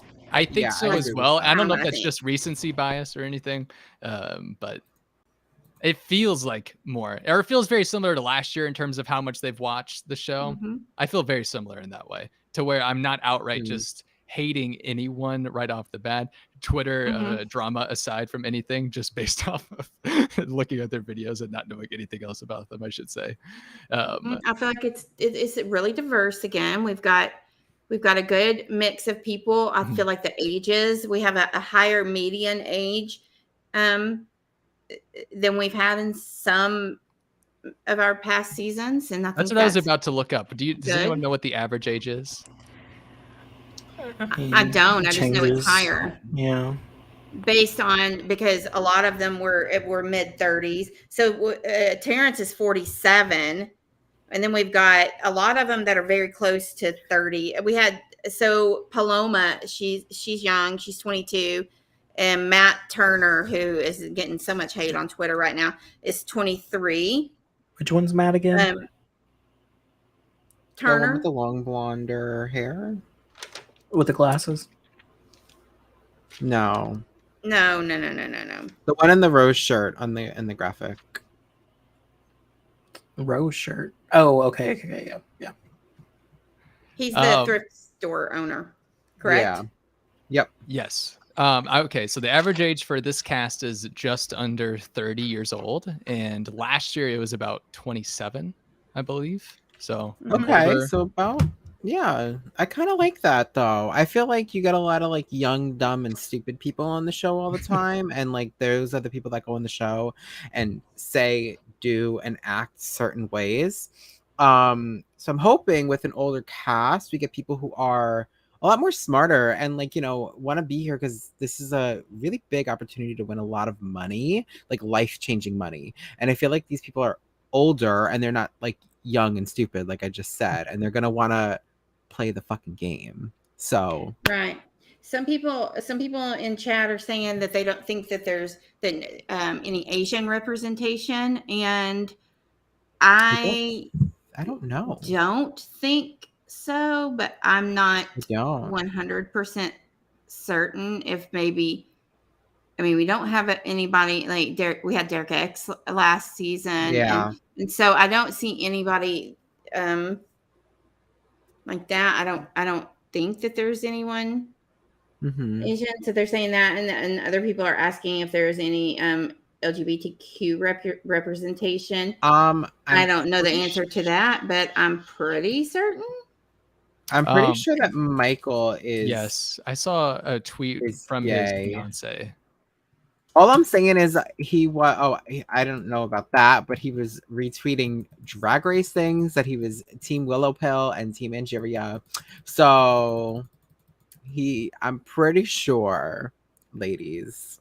Okay. Also meaning Middle Eastern and Indian. Sorry, I was reading in chat. Yeah. So when they said Asian, they're not just meaning like one specific. They're saying also including Middle Eastern, Indian, in that sort. I have no idea. But I do think it's better than what we've seen. But I do understand everybody needs and wants representation. I'm just reading all of this. Well, it looks like Michael's going to get replaced, so... He is? Why? Michael? Yeah. Turner, sorry. That's Matthew. Okay. Matthew. Turner. You're not replacing I'm Michael. so sorry. Michael has he has infinite stars, so I got real worried for a minute. It's going to take me time to get to know everyone's names. I'm just saying. Okay. Yeah, we'll get there. We will get there. Well, that's what I was going to ask you. Can any of you name all of these names right now without looking at your notes? Oh my God. I low-key might be able to. Okay, go for it. Starting at the top left. Okay, so we have Alyssa. And then Brittany. it's Brittany. This is Nick's turn, Roxy. It's okay. I could Well, if use we do help it with the one at a next time, two. how is that going to work?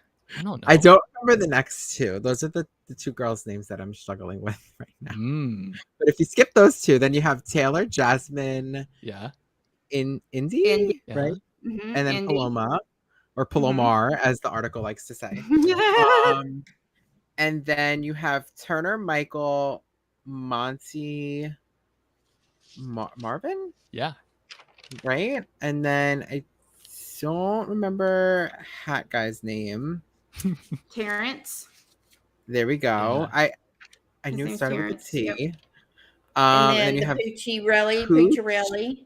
Kyle, Mhm. and Mhm. Vegas performer. Daniel. Whenever you guys keep saying Daniel, my mind goes to Daniel Icon Brown. So I need to rewire that real quick. So I'm almost there. All right. The two that you could not remember in the top row, the last two. That's Amira and Nicole. And Nicole. Oh, she's got a bad Amira name. and Nicole. Anyone named Nicole, I'm already hands up. I don't know. So we've got Alyssa, Brittany, Amira and Nicole. Yeah. Taylor. Yeah. Jasmine, Very Indy, good. Paloma, Matthew. Got You gave him infinite stars. Yeah, How do you you not just- remember his name? Michael. Okay, sorry. Michael, infinite stars. And then You can do this.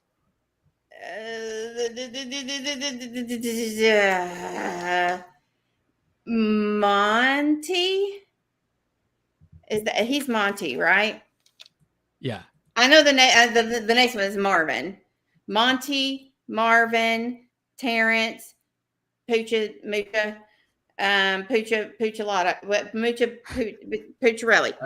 Are you okay? Wow.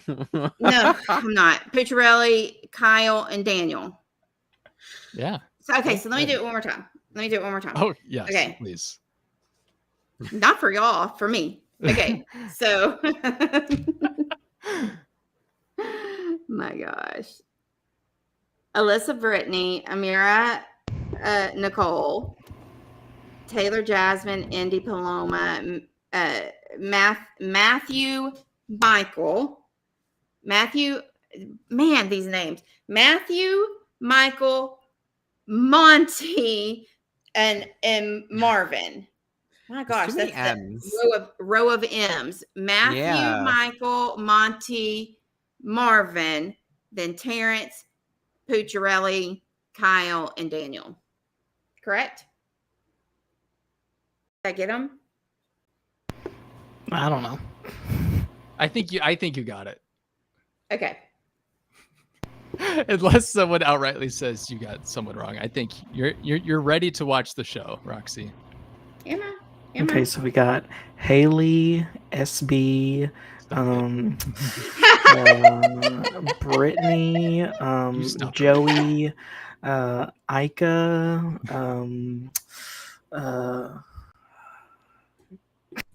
How dare you? That's blasphemous. Kalia. Tucker, one more time. Tucker in chat. Listen. Yeah, please. I'm trying to get this straight. That row of M's, like, I know who they are, but like, I know which ones of them I like. That's for sure. But I'm looking at it and I'm like, wait, these are all M names of like Mark, Matthias. All right, what do we want to keep doing right now? Do we want to keep watching this video? Do we want to look at literally anything else? What's the other question? Is there another question? Or obviously there is. There's like a million minutes left. Yeah, there's I'm just seeing if it goes to a new question anytime soon. I mean, what is that next question? Competitions later on, but I probably won't be doing that because the further along I get, the less I'm going to be trusting people. I would never throw a competition because I am here to play. However, if there's a deal to be made, I might just take it. If you win HOH, do you target strategic players or do you play it safe and nominate people the house wants on the block? If I'm HOH, I always believe that, voting out the players who, aren't, that you think that you could easily beat, or they're not anybody who you think is a threat, is to me a waste of time. Let's get out the big players ASAP. And I may be someone they think is a big player, but I'm going to play I'm going to do what I got to do to stay in the house. But yes, I'm voting out the person who is absolutely a threat to me, and the big people need to go first so we can even the playing field. Let's make it a fair game, because there's no way to get out a strong player in the end. It's too difficult. So get them out straight away. No. I don't like this question when they ask it, because half the people are never going to be truthful. Because if it was true when they asked this question in every past season, we'd be with a cast full of liars preseason every year. Because I feel like most people go into this and they always say, you got to get the strategic people out. But then we watch in the game and that never happens, which is why you have weeks like season 23 where you go to Backdoor Christian and it makes it so memorable. And it's just like, oh, I wish this happened more often, but it doesn't, because everyone likes to play it safe, which is understandable in a social game. But still, that's why I don't like this question preseason, because no one's ever going to tell the truth, really. Well, it's like it's similar to the previous question that we discussed, in that it really is dependent upon where you are in the game. Like, there's some weeks where it makes more sense to just like put up whoever in the house wants. Sometimes that is what helps your game, but especially I think that first week, like, they're always like, yeah, we're going to take out like the big bad players at the beginning, but they always take out whoever it is that they think is like most expendable. Like the easy out is what they call it. Like, this is the easy one. It's not going to make waves.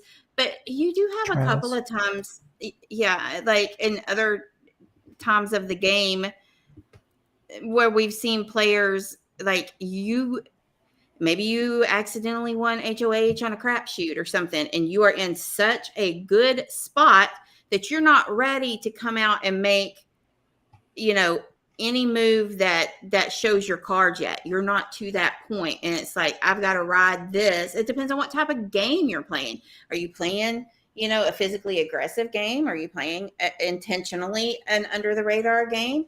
Like, sometimes maybe you don't want to show your cards just yet. And if that's the case, then you're going to put up whoever the house is pushing for, as long as it doesn't affect your under the radar game. You see what I'm saying? Like that question is like, I don't like it. I don't like that question because I don't think there's a definitive, it's not black and white. We live in a gray world. I'm not good at it. I'm a Libra. Leave me alone. I'm done.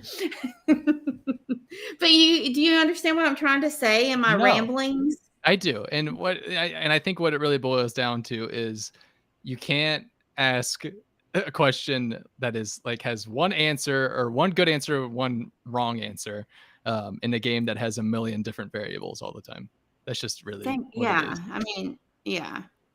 And I'm just so like, this is why I can't take things like personality tests, because it's like, you know, well, it'll ask a question and I'm like, well, I'm gonna need more details than that. Can you be more specific? I can't answer like yes, no, or most likely. I don't know. Like, I'm just not, I need the details. I cannot make a decision. I cannot. And that is okay. Horrible. Nominating people the house wants on the block is so boring. I'm going big. I'm nominating people who are strategic players so I can get them out of the house, especially if it's pre-jury. If this is someone who's not going to be voting for me on the jury, I want them out so I can go ahead and build strong relationships with the people in the house so that jury is curried to my favor. You have to go for the big players. And it's sad to say because those players are usually the ones that like you probably have the best connections with, but you have to get them out if you want to win. I definitely think that. Okay, so far, every week of this game, they're going to be going after the biggest players. So we're definitely not going to have the first week where everyone makes an alliance with the big players, and then they just nominate people that aren't. That's what they typically do. I mean, listen, in chat, Thomas, you're 100% correct. It's different preseason than when you get in the house because twists are going to change your gameplay. As soon as you walk in, which is what I was saying earlier, adaptability is the key component here because you can walk in with whatever plan. And Julie's going to be like, guess what? If you get this green apple, you're safe for 100 years. And so it throws everything out of whack and you have to be able to, like right now, like, okay, so that's not going to work. And if you can't flow with it, then you're really going to be shooting yourself in the foot, I feel. But I do agree with what they're saying. I do not agree that is what usually happens. I do think it's better to try to take out people who are maybe a bigger threat. Not all of them, because you want some people in front of you, but try and get out some people early on before it's too hard. To take them out later, but that really just doesn't ever. That's a rare occurrence. I feel it's pretty rare. I mean, I feel like I don't know. We had Travis last season who could have been a competitor, but he also didn't seem like he wanted to be there. I wouldn't have, got on my way to say like Frenchie nominated. Well, everybody, yes, every single person in the entire season, plus a handful of people outside of the house, like. I don't know what happened there. Yeah. It was such a cluster. I think what typically happens is just like the people that sit here in the interviews and say, oh, I'm going to target the most strategic players end up, those players end up winning HOH week 1, let's say. And then suddenly they are brought up with an opportunity to team up with 7 other really good players that make up the strategic, portion of the cast. Yes, exactly. And then they just pick off the people that wouldn't otherwise ever be in power week by week until, after 2 weeks until they dismantle that. And then they form a new version of it with all the strong players. And that just keeps happening until we only have the strong players left. Yes. Butcher bombs. Every now and then we have a Jessica Milagros who can, shake things up a little bit. But most of the time it's not going to be baby.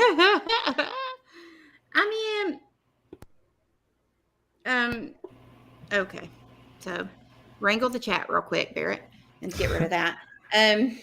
Also, whoever runs Brant Steel, they work very fast because BB24 is already uploaded to there. It sure is. It sure is already up. I mean, see benefits, honestly, of to both. It just depends on where you're sitting in the house and where you're sitting within the game, who you're going to kick out. So I really think that these answers that they're giving, I mean, it's whatever. I don't think that it really gives me any kind of information about them. Like, I want to know things like when you know, I don't want to know what your favorite color is, glitter. But I Don't come for Gary. No, I like Gary Glitter. I was saying, I was making fun of Daniel, actually. In season 18, when they asked the favorite color, Natalie's favorite color was glitter, and that made Daniel stan her. And I was offended because that is not a color. That's a texture. Glitter is not a color. But that was her favorite color. Glitter's not a color. It's not. It's not a color, but I get it at the same time. No. And she likes anything sparkly, but it can be any color. So you didn't tell me your favorite color. You told me you like things that are sparkly. I mean, Weirdo. Maybe that's their answer. As long as it's sparkly, then It was no maybe to it. That was her answer. Undoubtedly. Yeah. Then that's their Sparkle. favorite color. Okay, we're gonna keep going. That I'm going to want to make big moves. I think that when you're making big moves in the game and people see what you're doing, especially if you're aligned with the right people, you're definitely going to position yourself in a way that will bring you closer to the end. So I think it all just depends on where my gameplay is at during that time. If I'm HOH and I had a choice between like a big player or, you know, whoever the house wants, to me, I'm going with whatever the alliance that I formed at that point has agreed upon targeting for that week. The reason for that being is because I want to make sure that my alliance is tight. We have a lot of trust. There's a lot of loyalty there. There's a lot of communication. And if I'm HOH, I want to make sure that I solidify my position in the alliance by going with what the alliance says. So if the house wants what the alliance wants, then I'm going with the house. But if the house wants somebody else opposing the alliance, then I'm definitely going with my alliance. I think that okay. These two answers are so spicy. If the spice was flour, because it's just giving bland energy. I really hope these two are not the leaders. If the spice was flour, that was good, Zach. That was good. I just, yikes. I want to speed through the. Is there another question after this? I'd like for us to try to answer the question before we hear their answers. I think this may be the last question. I'm not positive on that though. Yeah, maybe. Yeah, this is the last question. But I kind of want to know what Michael says on it. Is that bad? I've already picked a favorite. A preseason favorite. And in 2022. Types of players I target throughout the game really will depend on when I'm in power. At the beginning of the game, I want to align with other people who are strategic players who are willing to make moves, because that's the kind of game I want to play, and I want to surround myself with those same types of players. So early on, I might take out people who I perceive as floaters or who I don't think are there to really play the game and play hard to win, because they're not allies I think I could count on. Now, farther down the road, I don't care what the house wants really at any point in the game, but farther down the road, I'll definitely be taking out those bigger strategic players, trying to make a resume for myself when I no longer need them. But I think based on how I want to play the game, it would be more beneficial for me to play with players who are strategic and willing to make moves than to take them out early and let floaters kind of clump together at the end and take me out potentially. If he goes out week 1, I'm going to be so sad. I'm just going to say it now. I'm going to be so sad. Y'all are putting it out there. That means it's going to happen. I know. Like, if he stays with I'm that not energy, putting it out there. Be careful who you're including in. if he just y'all. brings that energy and knowledge into the game and just, I don't know, it's know what? pleasant to listen to like that. Oh man, I'm going to be, We I'm gonna be can't very stand impressed. him. He's the worst. I hope he doesn't make it to Also, the end. oh, stop. Well, also, so Joseph in chat says that he and his fiance Hayden have 3 cats that they have dubbed their daughters, and for that reason alone, he is my favorite. I pulled up, that tweet earlier. Cats are clearly superior to dogs, even though I love dogs, that we have dogs, but cats are way better. and you'll never convince me otherwise. They just are. Okay, if you say so. I agree. All right, So, source or object. I Let's have a- listen to Turner though. Oh, I'm sorry, Okay. Roxy. No. We'll listen to we'll listen to the rest of these, and then I'll ask my question. Yeah, that's actually a good call. Tyranny of myself being HOH, just being realistic would be going after all of the top players, but that is probably not the best thing to do. I think ideally, I guess we'll see if this happens very soon, but I would want to win the first HOH so that I can get everybody who I want in my corner. I think whoever wins the first HOH really sets themselves up for something great, unless they absolutely blow what they're trying to do, in turn putting up all the strong players so that the next week everybody's against them. So I'm definitely going to try to align myself with the bigger players and just play it safe at least, or that's the plan. I'm going to target whoever I need to favor my game. So if that means targeting big strategic players, I will do that. Whatever favors my game, if that means targeting weaker players, I'll definitely do that as well. So whatever benefits my game. I think if you're going to target. Okay. Turner and Marvin, taking a lot from those two answers at all? It just seems like a lot of maybe I will, maybe I won't. Actually, more of a Turner it was. I probably won't. But I mean, You won't be seeing Turner much longer. I'm just like, I don't really care. I just was only just. Did they say words? Did the last guy say words at all? yes, Marvin said words again, Roxy. Sorry, I love He said them. whatever benefits his game. Those are the words that he said. But he just smiled while involved saying it. with his accent. Yeah, he's perfect. His look, I heard the accent, but the answer he gave was just. It was just like, I mean, It was politically correct, I guess. It was like a breeze going through the wind. Like I heard it, but like nothing kind of went He in. basically said you if know? it benefits his game, he'll do it. Yeah, which is a Yeah. really Eric, good. get rid of that person I in keep chat. trying. I promise.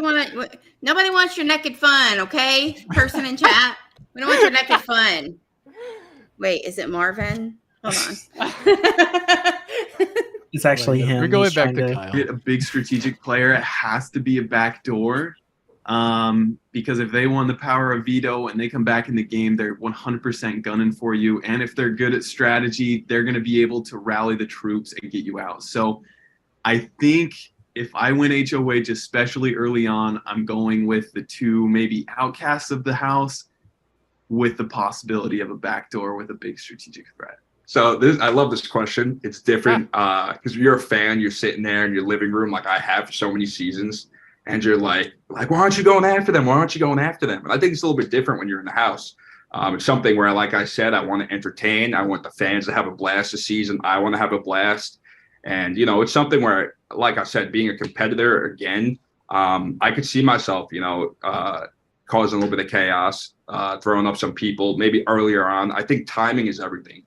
So timing of when you throw those, big threats on the block is important. You can't miss. If you're going to swing, you got to hit it. Got to hit a home run, get them out, because if not, you'll probably be in trouble at next week. So I plan on, being very strategic about when I go about big moves like that. But I do plan on making some big moves, some backdoors. Big Brother fans love that. I love that. So yeah, I would love to, make some big moves in this house and get after some big threats. Nominate. Gotta say, Pooch isn't half bad. He's Pooch- had some Pooch decent around. answers. He's got good answers, and I feel like he low key has charisma. Mm-hmm. Maybe. I don't know. see. I feel We'll like see. he'll be able to miss some people, like the way he gives me like good social game vibes. Like I feel like people will either really like him, like really, really like him, or he's gonna turn people off like really bad, like if they don't like his personality. I know that could that's like not really a good answer, but I don't know. I don't know.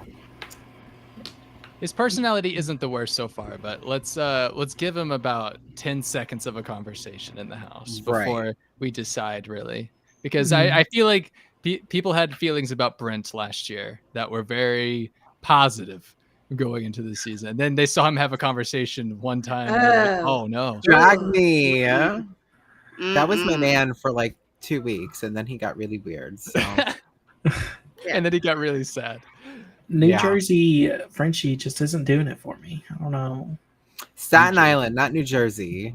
Okay. Staten Island Frenchie just isn't. He's just not a vibe. I'm not vibing well. He does, his personality hasn't really shown through the screen just yet, but we'll see. Due time. Yes. I agree. Mrs. Davis? Need a big target, because if I'm not taking risks, then what am I doing in Big Brother? I believe I would go to the big people, like, and target like whoever I don't feel comfortable with, or whoever I see as a high competitor against me. I'm definitely going to target strategic players when possible. If it's early in the game, we all know as fans how that goes. You usually put up the 2 people who dropped first in the first comp, or whatever that situation was. You get out, or you put up the easier people first in the first couple of weeks so that you don't get a huge target on your back. But when time comes, I'm not waiting for week 8, week 10 to put up these huge players. That's way too late in the game. I think week 6 is about the sweet spot to start targeting bigger, strategic, physical people. Of course, you always want to get a pulse of where the house is at.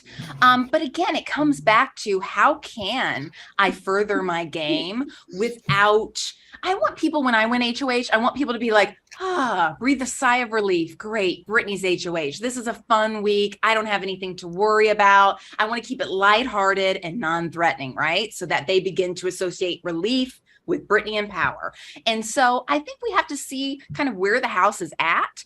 Ideally, I want to target the smartest and the strongest players first. Those are my biggest competition. So if those remain in the game, that's definitely going to be the direction that I'm going to be trying to go. But I think you also have to recognize as HOH, you don't get to decide who leaves. You only get to nominate. And you only get to put up a replacement if there's, if veto is used, or if you need to break a tie with the votes. So I think most HOHs vastly overestimate their power.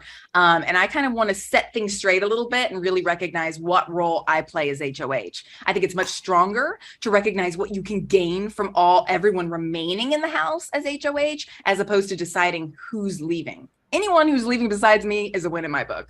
I think I'm going to do. Okay, that was a lot. So I just played Jasmine, Indy, Daniel, and Brittany. So Jasmine and Indy didn't really say a whole lot. I don't think Indy knows where she's going. Yeah, Indy's struggling a little bit with the show, what it is. That's fine. She'll grasp it at some point. We'll see. I don't know. Yeah, Indy's got some. I don't know. Let me explain to you exactly how the game works. Okay, so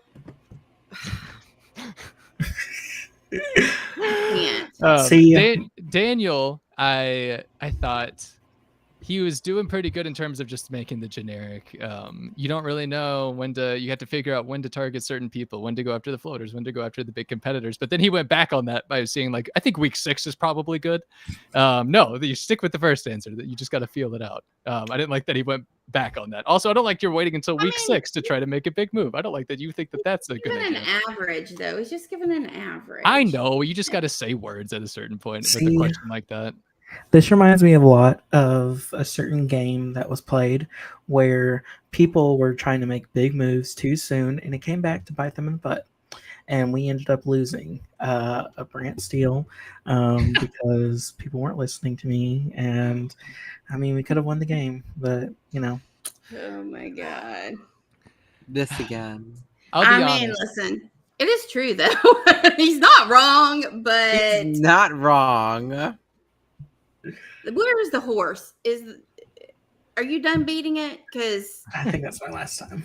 I think. Okay. Okay. So going from Daniel, I have no idea what this drama is with your Brant steal. But with Brittany, I gotta say, I think I like Brittany. I think Brittany's gonna be okay. I think she will be whenever they give her an X on the sofa in which to sit, and she doesn't have her face like pressed up against the glass.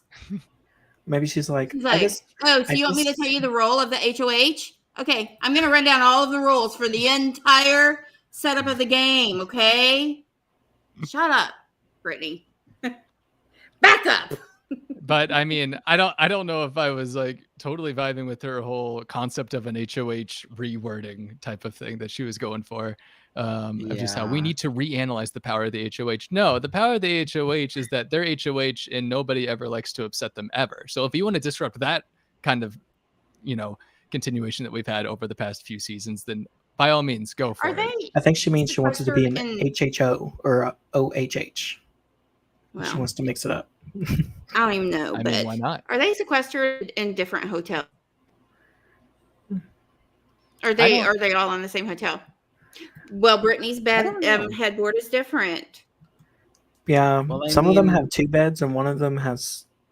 These Some of are them all have 1 bed. different. The headboards aren't the same, so I feel like they're in different hotels. Daniel had it's a whole irrelevant. light thing going on behind him, so He packed that. Yes, he packed it. Daniel's also the only one that's standing up in his, right? Yeah. Yeah. So he really decided to be different. He's downstairs in the weight room. They're like, quickly, we've got this, just throw this up. Can we borrow? They're like, housekeeping. Can we borrow a sheet? A sheet and some Christmas lights. Thank you. That's what happened. So was that the last of the video? No, Amira has her answer too. Deciding who's leaving. Anyone who's leaving besides me is a win in my book. I think I'm going to do both. So I think I'm going to be nominating a big risky player and also someone the house wants off because it kind of appeals to both sides. But if that big risky player wins the veto, then I'm going to put up another big risky player and backdoor them because I want to get the big strong players, the great competitors out of the house immediately. So my goal is not to get out those little people that are laying low. I want to get out the big competitors ASAP. I think I'm going to take it week by week, but most likely I will go after strong players because the least of them in the house, the better for me. All right. The less of them in the house, the better for me. Okay, that's it. We didn't really watch all of it, but we did finish it. Oh, geez. Okay. So what do you think the chances are? And I'm doing this in Junebug's honor in his absence. What do you think the chances are of an all-girls alliance this season? Because I feel like there's no chance for that. I do not get a vibe of that. I don't get the vibe either, and not a single one of them was like, I want to work with women. Like, you normally have that one that's like, I really want to work with the girl. Like, no, you didn't get like any of that. But you also didn't get a lot of I want to showmance either. So I'm kind of I was gonna ask that too. If you're feeling, is there anybody you feel may be open to that? I don't know or people's may relationship fall in? statuses either. So I mean, I do think Miss Alyssa is gonna be the guy or the girl that the guys want because I think she's the hottest in the cast, but that's just my opinion. Oh my gosh. So I could see it. Taylor is the best. Oh no, Taylor too, but I don't think Taylor's in a relationship. That's the thing. I don't know who's dating people. Well, okay, so as a whole, so excluding whether or not you think Girls Alliance or showmances or whatever. So forget all of that. Who did you feel like just on your very first, like, okay, here they are? Do you think the guys come off as stronger strategic players or the girls as a whole? What do you think? I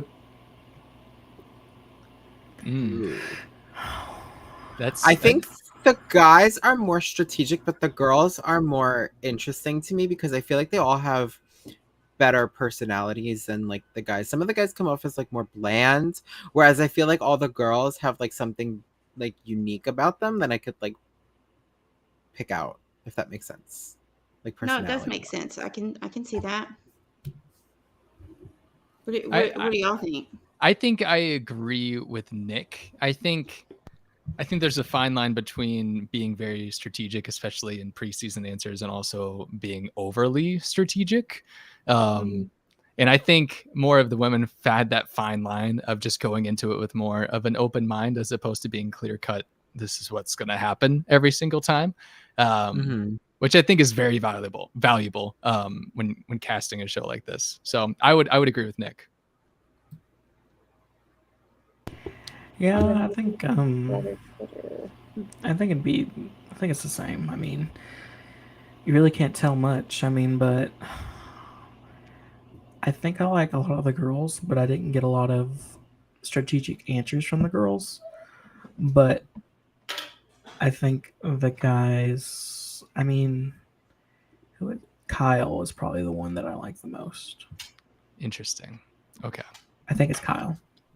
What? Ooh. The ones with glasses? Twitter. What? No, that's. Michael. Wait, no. Kyle also has glasses. They both have glasses. Kyle is Utah. What kind of shirt Utah, is he yeah. wearing? Yes. Utah. Interesting. Really? That's an interesting take. The guy in the Twitter's gonna green come for your shirt? ass. You like the guy in the green shirt with glasses? Yeah, Oh, girl, don't say that out loud. Twitter's coming for you. I think. I don't know. I like the guy in the kitty cat shirt. Listen, this is preseason. We just started looking at this. We haven't looked at anything else. Zach can say whoever he likes. Okay. He can. I was just clarifying. He can, but Twitter disagrees. And also Okay, Twitter. disagreeing. I like Twitter. I don't know. mean, The thing I is, like how do you say her name? I keep on wanting to say Paloma. I keep wanting to say Paula. Pow. yeah. Paloma. I like Michael, and I like. I mean, I don't think it's any secret that I like Marvin, but hello. Please don't send him home. What about this America's Vote they're talking about? Hate it already. Hate all of the America's Vote. But what about that? Yeah, I can pull up that article from EW that was today. We Yeah, can and I kind of have look to at that go real quick. pretty soon. I know, that's what I was feel thinking. I didn't know why you were still here. like- Thanks. I've been watching. Leighton's getting ready. I've got to go. She's got tumbling and cheer practice tonight, and I won't be home until after 10. I'm fixing to leave. But she got her everything's all ready. I've been watching her pack everything up. Okay, perfect. All right, let's look at this EW article from today. They gave a little bit more info on like America's votes, the theme, the twist, the night one, all that stuff. So Julie Chen Moonves says the live premiere is going to be 90 minutes with 16 brand new faces. We know that now. The challenges that you're going to see on premiere night are brand new challenges that are crazy. All right, cool. Crazy. Well, we have somebody new who's in charge of that. It's not the same person who's been doing it. We'll see if that brings a lot of change, though. I'll believe it when I see it. Well, same. SAME, same. Okay. I think the really, really big news is that our first eviction show is going to be like no other eviction show because the person who gets evicted may not be who you think. It could almost be anyone. We have new levels of gameplay and twists that the game is certainly not what you think it is this season. More than any other, it's our 24th season. We have to really switch it up. Jesus Christ, Moonves. Yes. So what does that mean exactly, you think? In terms of how do you think America's vote is going to directly relate to the eviction itself? Do you think we're going to have a say in who actually gets evicted? Or do you think it's going to be something a little bit less impactful than that right off the bat? Or like, do we get to save one person? Do we It's time for America's vote. I mean, I don't trust America's vote at all. I don't like it when America gets a vote to impact the game because A, y'all have all proven yourselves to be morons at one time or another. And B, I don't trust CBS to actually, do whatever we as America have voted. I don't trust them. So I don't like it. I don't want it. I don't know why you insist on trying to give it to us. CBS, call me, because this is not it. I don't like it. But also at the same time, all of the wording and all of this, I think it's almost meaningless, because we get this same spiel year after year after year, but this is never seen before. It's going to be so exciting. And then whatever it is, they tell us and we're like, really? That's it. You just changed it's the always names. such a letdown. Yeah, it's a letdown. Okay. So, It has that's to, what I feel about that. once you think about it, it has to do with the theme. So let's see, it's going to be like early checkout. Early checkout. The early checkout twist. High speed Wi-Fi. I mean, I actually can, like, whatever. Zach, did CBS call you? Because I could see that being a thing that they would come up with, the early checkout. I love early checkout. That's really good, Zach. Yeah. Or So, like, what are we voting on? Or like, wake up call? like, it's what are time we? for America's vote. With this vote, you're voting for one house guest that you want to see pack up their bags and leave the BB Motel for good. My God, does that work for them? Hey, We're probably Chris. gonna do text votes again. Yeah. This, may apply. Check with your carrier. I mean, just by ugh. rule, it's going to be theme related, like you said, Zach. It's just a matter of like, are we voting on a power that stops an eviction, or we're not going to be voting on who gets evicted? That would be a little bit overpowering.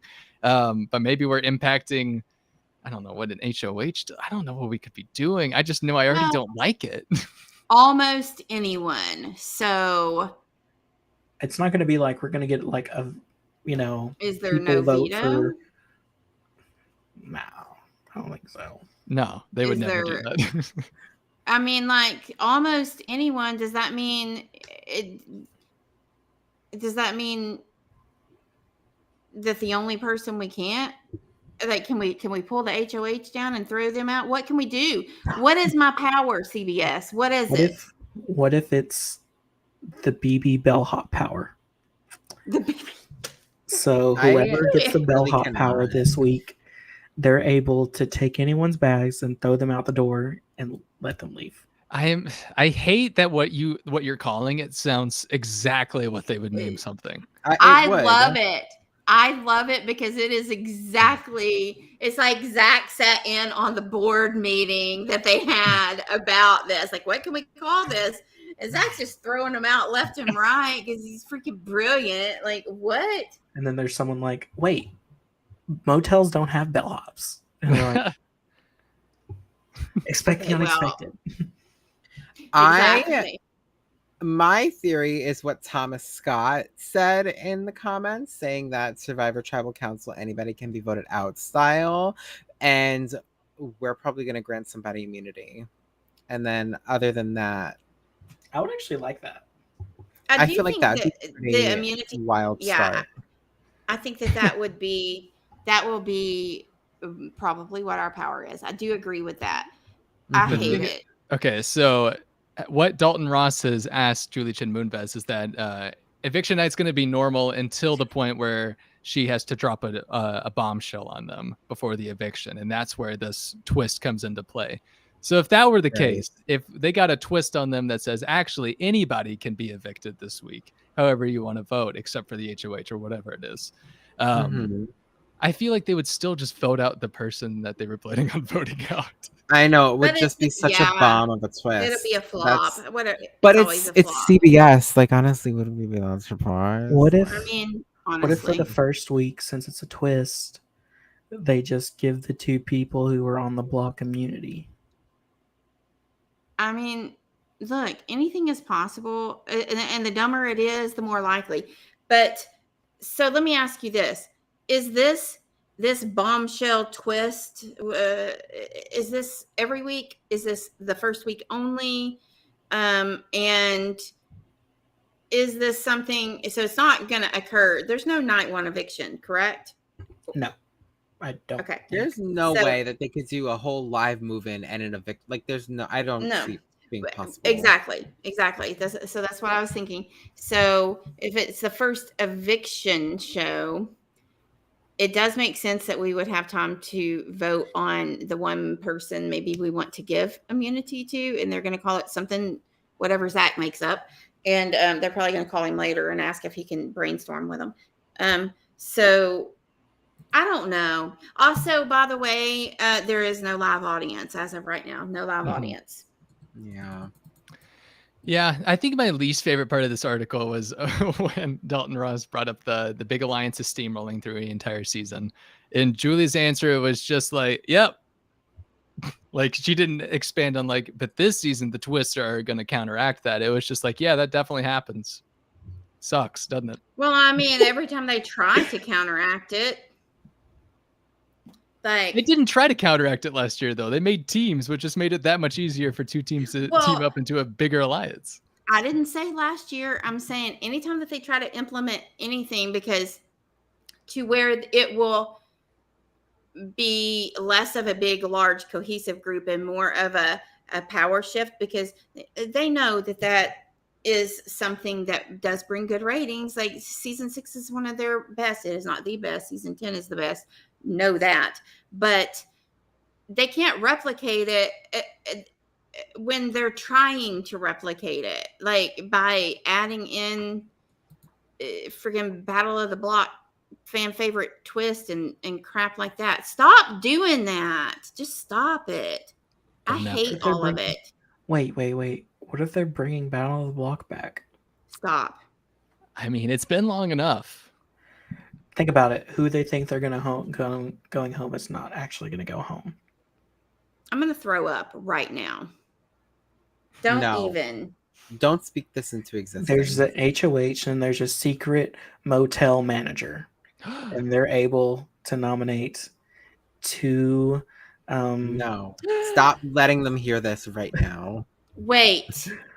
So Hunter in chat says, I think CBS is going to throw away with the filler content on eviction nights. I don't know about that part, and do a comp where America chooses 2 people to face off against the nomination or the nominees, and whoever wins can change the nominations.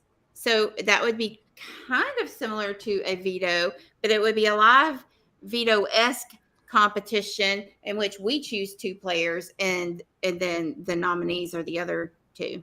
That would be interesting. I don't think that's what's going to happen. I'm just saying I wanted to point it out because I thought, what a great idea, Hunter. Kudos to you.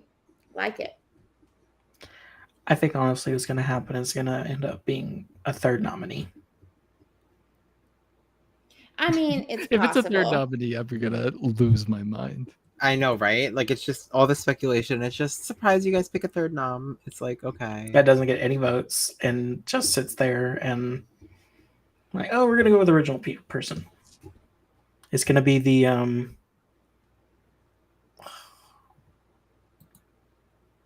Yes. I love that thought. Yeah. I love that. Motel Maid nominee. Yeah. Listen, I've been nominated as MVP in chat, so thank you for that. Good job. Natalie. Congrats, Roxy. You're the MVP nominee? It wasn't Alyssa? I mean, winner. Anyway, whatever. Now I've lost it. In chat, they said that most of the time whenever we have twist, it just aids the big alliances rather than deter them. And I think that's so accurate. I don't know who said that now, but accurate. Listen, I hate all of the stupid twists. They spend way too much time trying to be innovative. Like, can we just play the game? Play the game. Like, I don't need all of that bull. But whatever. But there aren't any more Keishas or Libras or Rennies to play the game, so it just ends up being boring. They are, but nobody wants to put them in the house. So there's that. But anyway, I think I have to go. So you guys continue or whatever. Can I get a quick top 3 from you real quick? Yeah. So Michael, Come. Marvin, All right. and Taylor. Yeah. No. Okay. Yes. Yes. Taylor. Michael, Yeah. Marvin, Taylor. Cool. No Monty? I don't know. Huh? No Monty? What? No Monty? I mean, I guess. I mean, look, I don't know. I think Roxy likes Marvin's arms more I was than about to say, Monty's. there's no way Marvin wasn't getting into the top 3. I mean, I really like Monty. See, now I'm like, don't make me do that. Don't make Okay. me do that. Don't let us Okay, hold you up any so- longer. Yeah, I have to go, but I love you all, and I'll see y'all soon for whenever our next whatever is. Okay. Bye. Bye, Roxy. Bye. All right. Well, I was going to go to both of you now for your top 3s as well, because we don't have to do this too much longer. We've almost hit 3 hours. So Zach, give me your top 3. Go to Nick. Okay, Nick, give me your top 3. Oh God. Okay. So I have to say Michael, because Michael hit literally every single answer know. out of the damn park. Like I can't not. Okay. Then I'm gonna say Taylor, because Taylor gave us good answers. And honestly, I feel like she's friends with Kat. I feel like Kat probably has told her what to do and stuff like that. I don't know. I feel like she's gonna have a good mindset when she gets into the house, right? And then my third one, I'm gonna say Monty. Because he's great to look at and had great answers. So yeah, and this is the first time my top 3 has 2 guys in it. That's fucking weird. So What a year. Right. All right, Zach, you've had time to think, or I can go and you can think a little bit more if you want. I think I got it. I'm gonna go with Amira. Okay.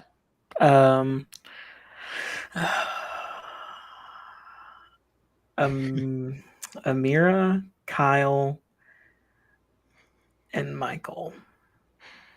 And I'm gonna break it. I'm just gonna say Paloma. Sorry. Paloma. We'll get it down. Paloma. Grapefruit juice and tequila. Paloma. Yes. Okay. Yeah, I get good vibes from all of them. All right. Final cool. 4. All right. Wait, did you name 4 people? Yeah. That's fine. Extra credit. Yeah. So I'm gonna go with, I think Michael's the obvious choice. I would be being offensive to the fandom, I think, if I didn't pick Michael just based off of everything that he has said so far.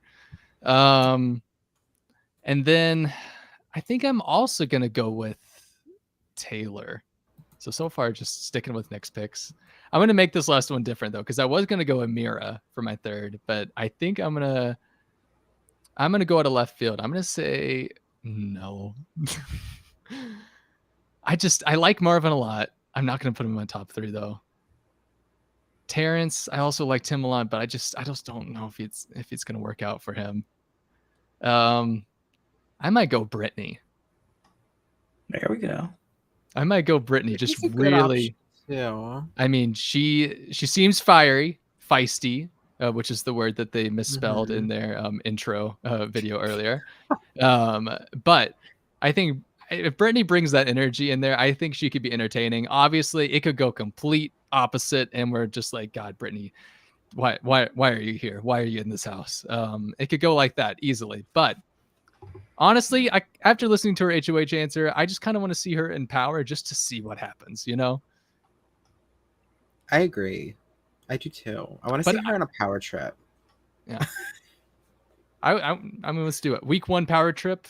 I mean, usually is fine. Maybe not to the Frenchie level, but maybe in a more rational level where it's entertaining and not just frustrating. Right. So how about who do you think is going to win the first HOH and who's going to be evicted first? Oh, I like this question. Ooh, okay. First HOH, I'm going to say Daniel. And first evictee, I'm gonna say Turner. I feel like he gives me weird vibes, so I can only imagine living with him would give people weirder vibes. So normally the first person out's a little weirdo. So I'm gonna say Turner. Okay. I don't think people would disagree with you too much. No. Yeah, I'm gonna. Who did you say was gonna win first HOH? Daniel. I said Daniel, yeah. You know what? I'm gonna go. Even though this past 2 years have been against the women, I'm gonna go with Taylor for the first HOH win. And then I'm gonna say Turner's gonna go too. He's young and I don't know. He rubs me the wrong way right now. Right, exactly. So I'm like, if you're living with him, he's rubbing us the wrong way through an interview. Imagine living with him. He's gonna really rub people the wrong way. Like I don't know. So yeah. Okay.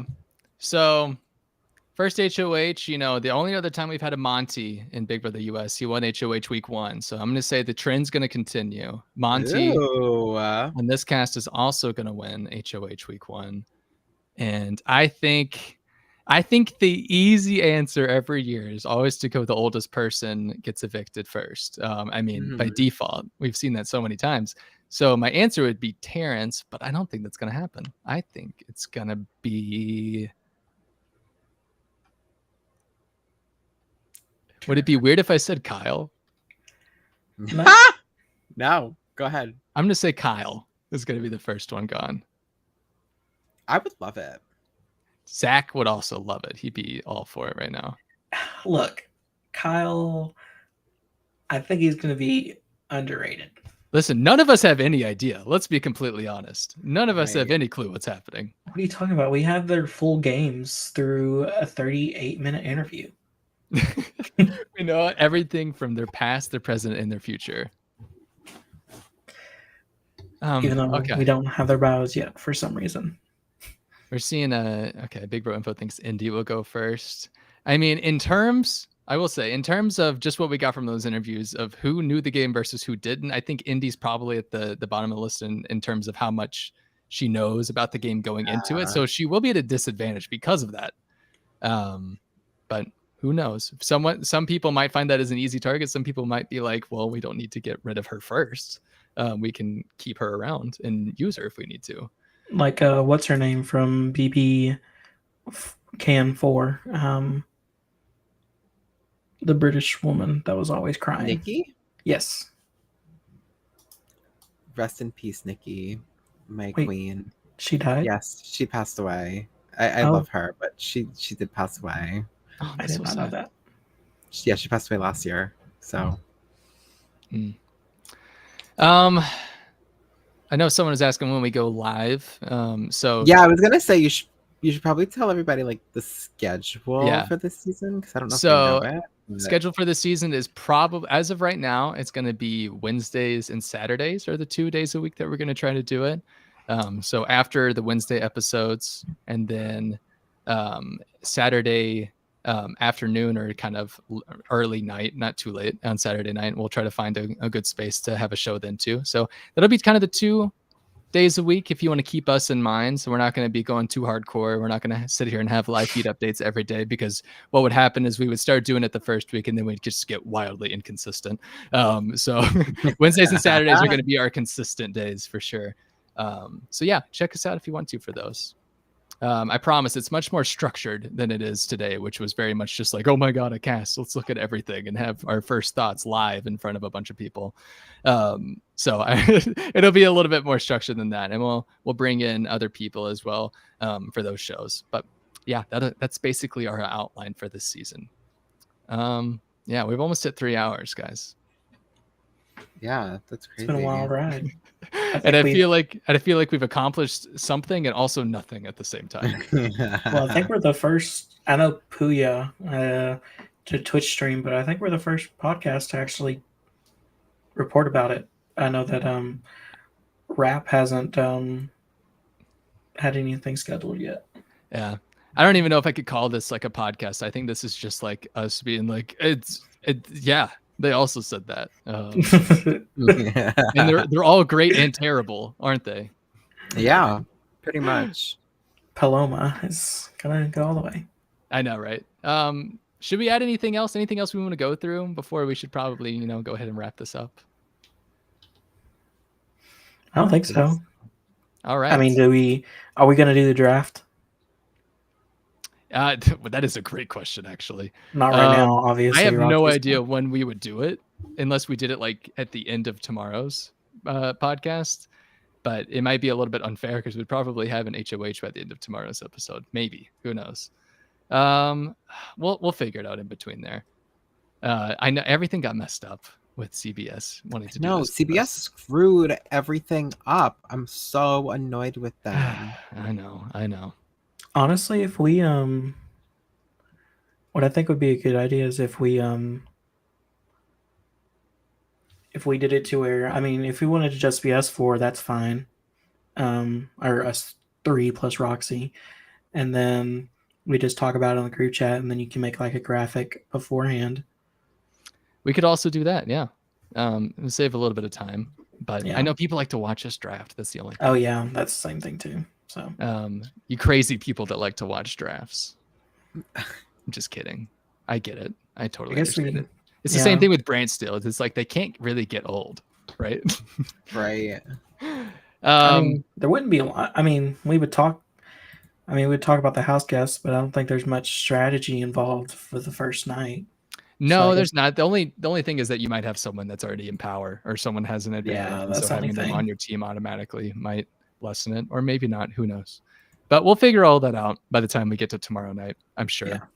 But yeah, thanks everyone for watching. If you watched for the full 3 hours, I commend you. Thank you for watching this mess of just us, thinking of things off the top of our head. It's very weird. We've never just sat here and looked at the cast for the first time ever while live. So thank you for bearing with us and just our varying opinions as we went through that very long video.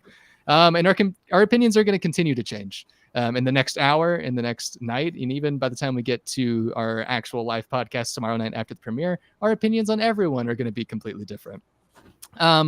So yeah, looking forward to that, I guess, maybe. Who knows? But with that, yeah, if you want to follow any of us on Twitter, our Twitter handles are here on the screen at Spicy Baron. Zach's at the Zach Perez, and Nick is at the Nick City. If you want to subscribe to our channel, that would help a ton. If you want to like this video, that would also help a ton. If you're watching this after the fact and you want to give your own little cast ranking, just your thoughts overall about the cast, feel free to comment that down below. I'll definitely check those out. Or if you just want to tweet at us, anything like that, go for it. But yeah, we'll be back tomorrow night. So come join us then, hop in the chat, and we will see you then. Bye, everyone. Bye.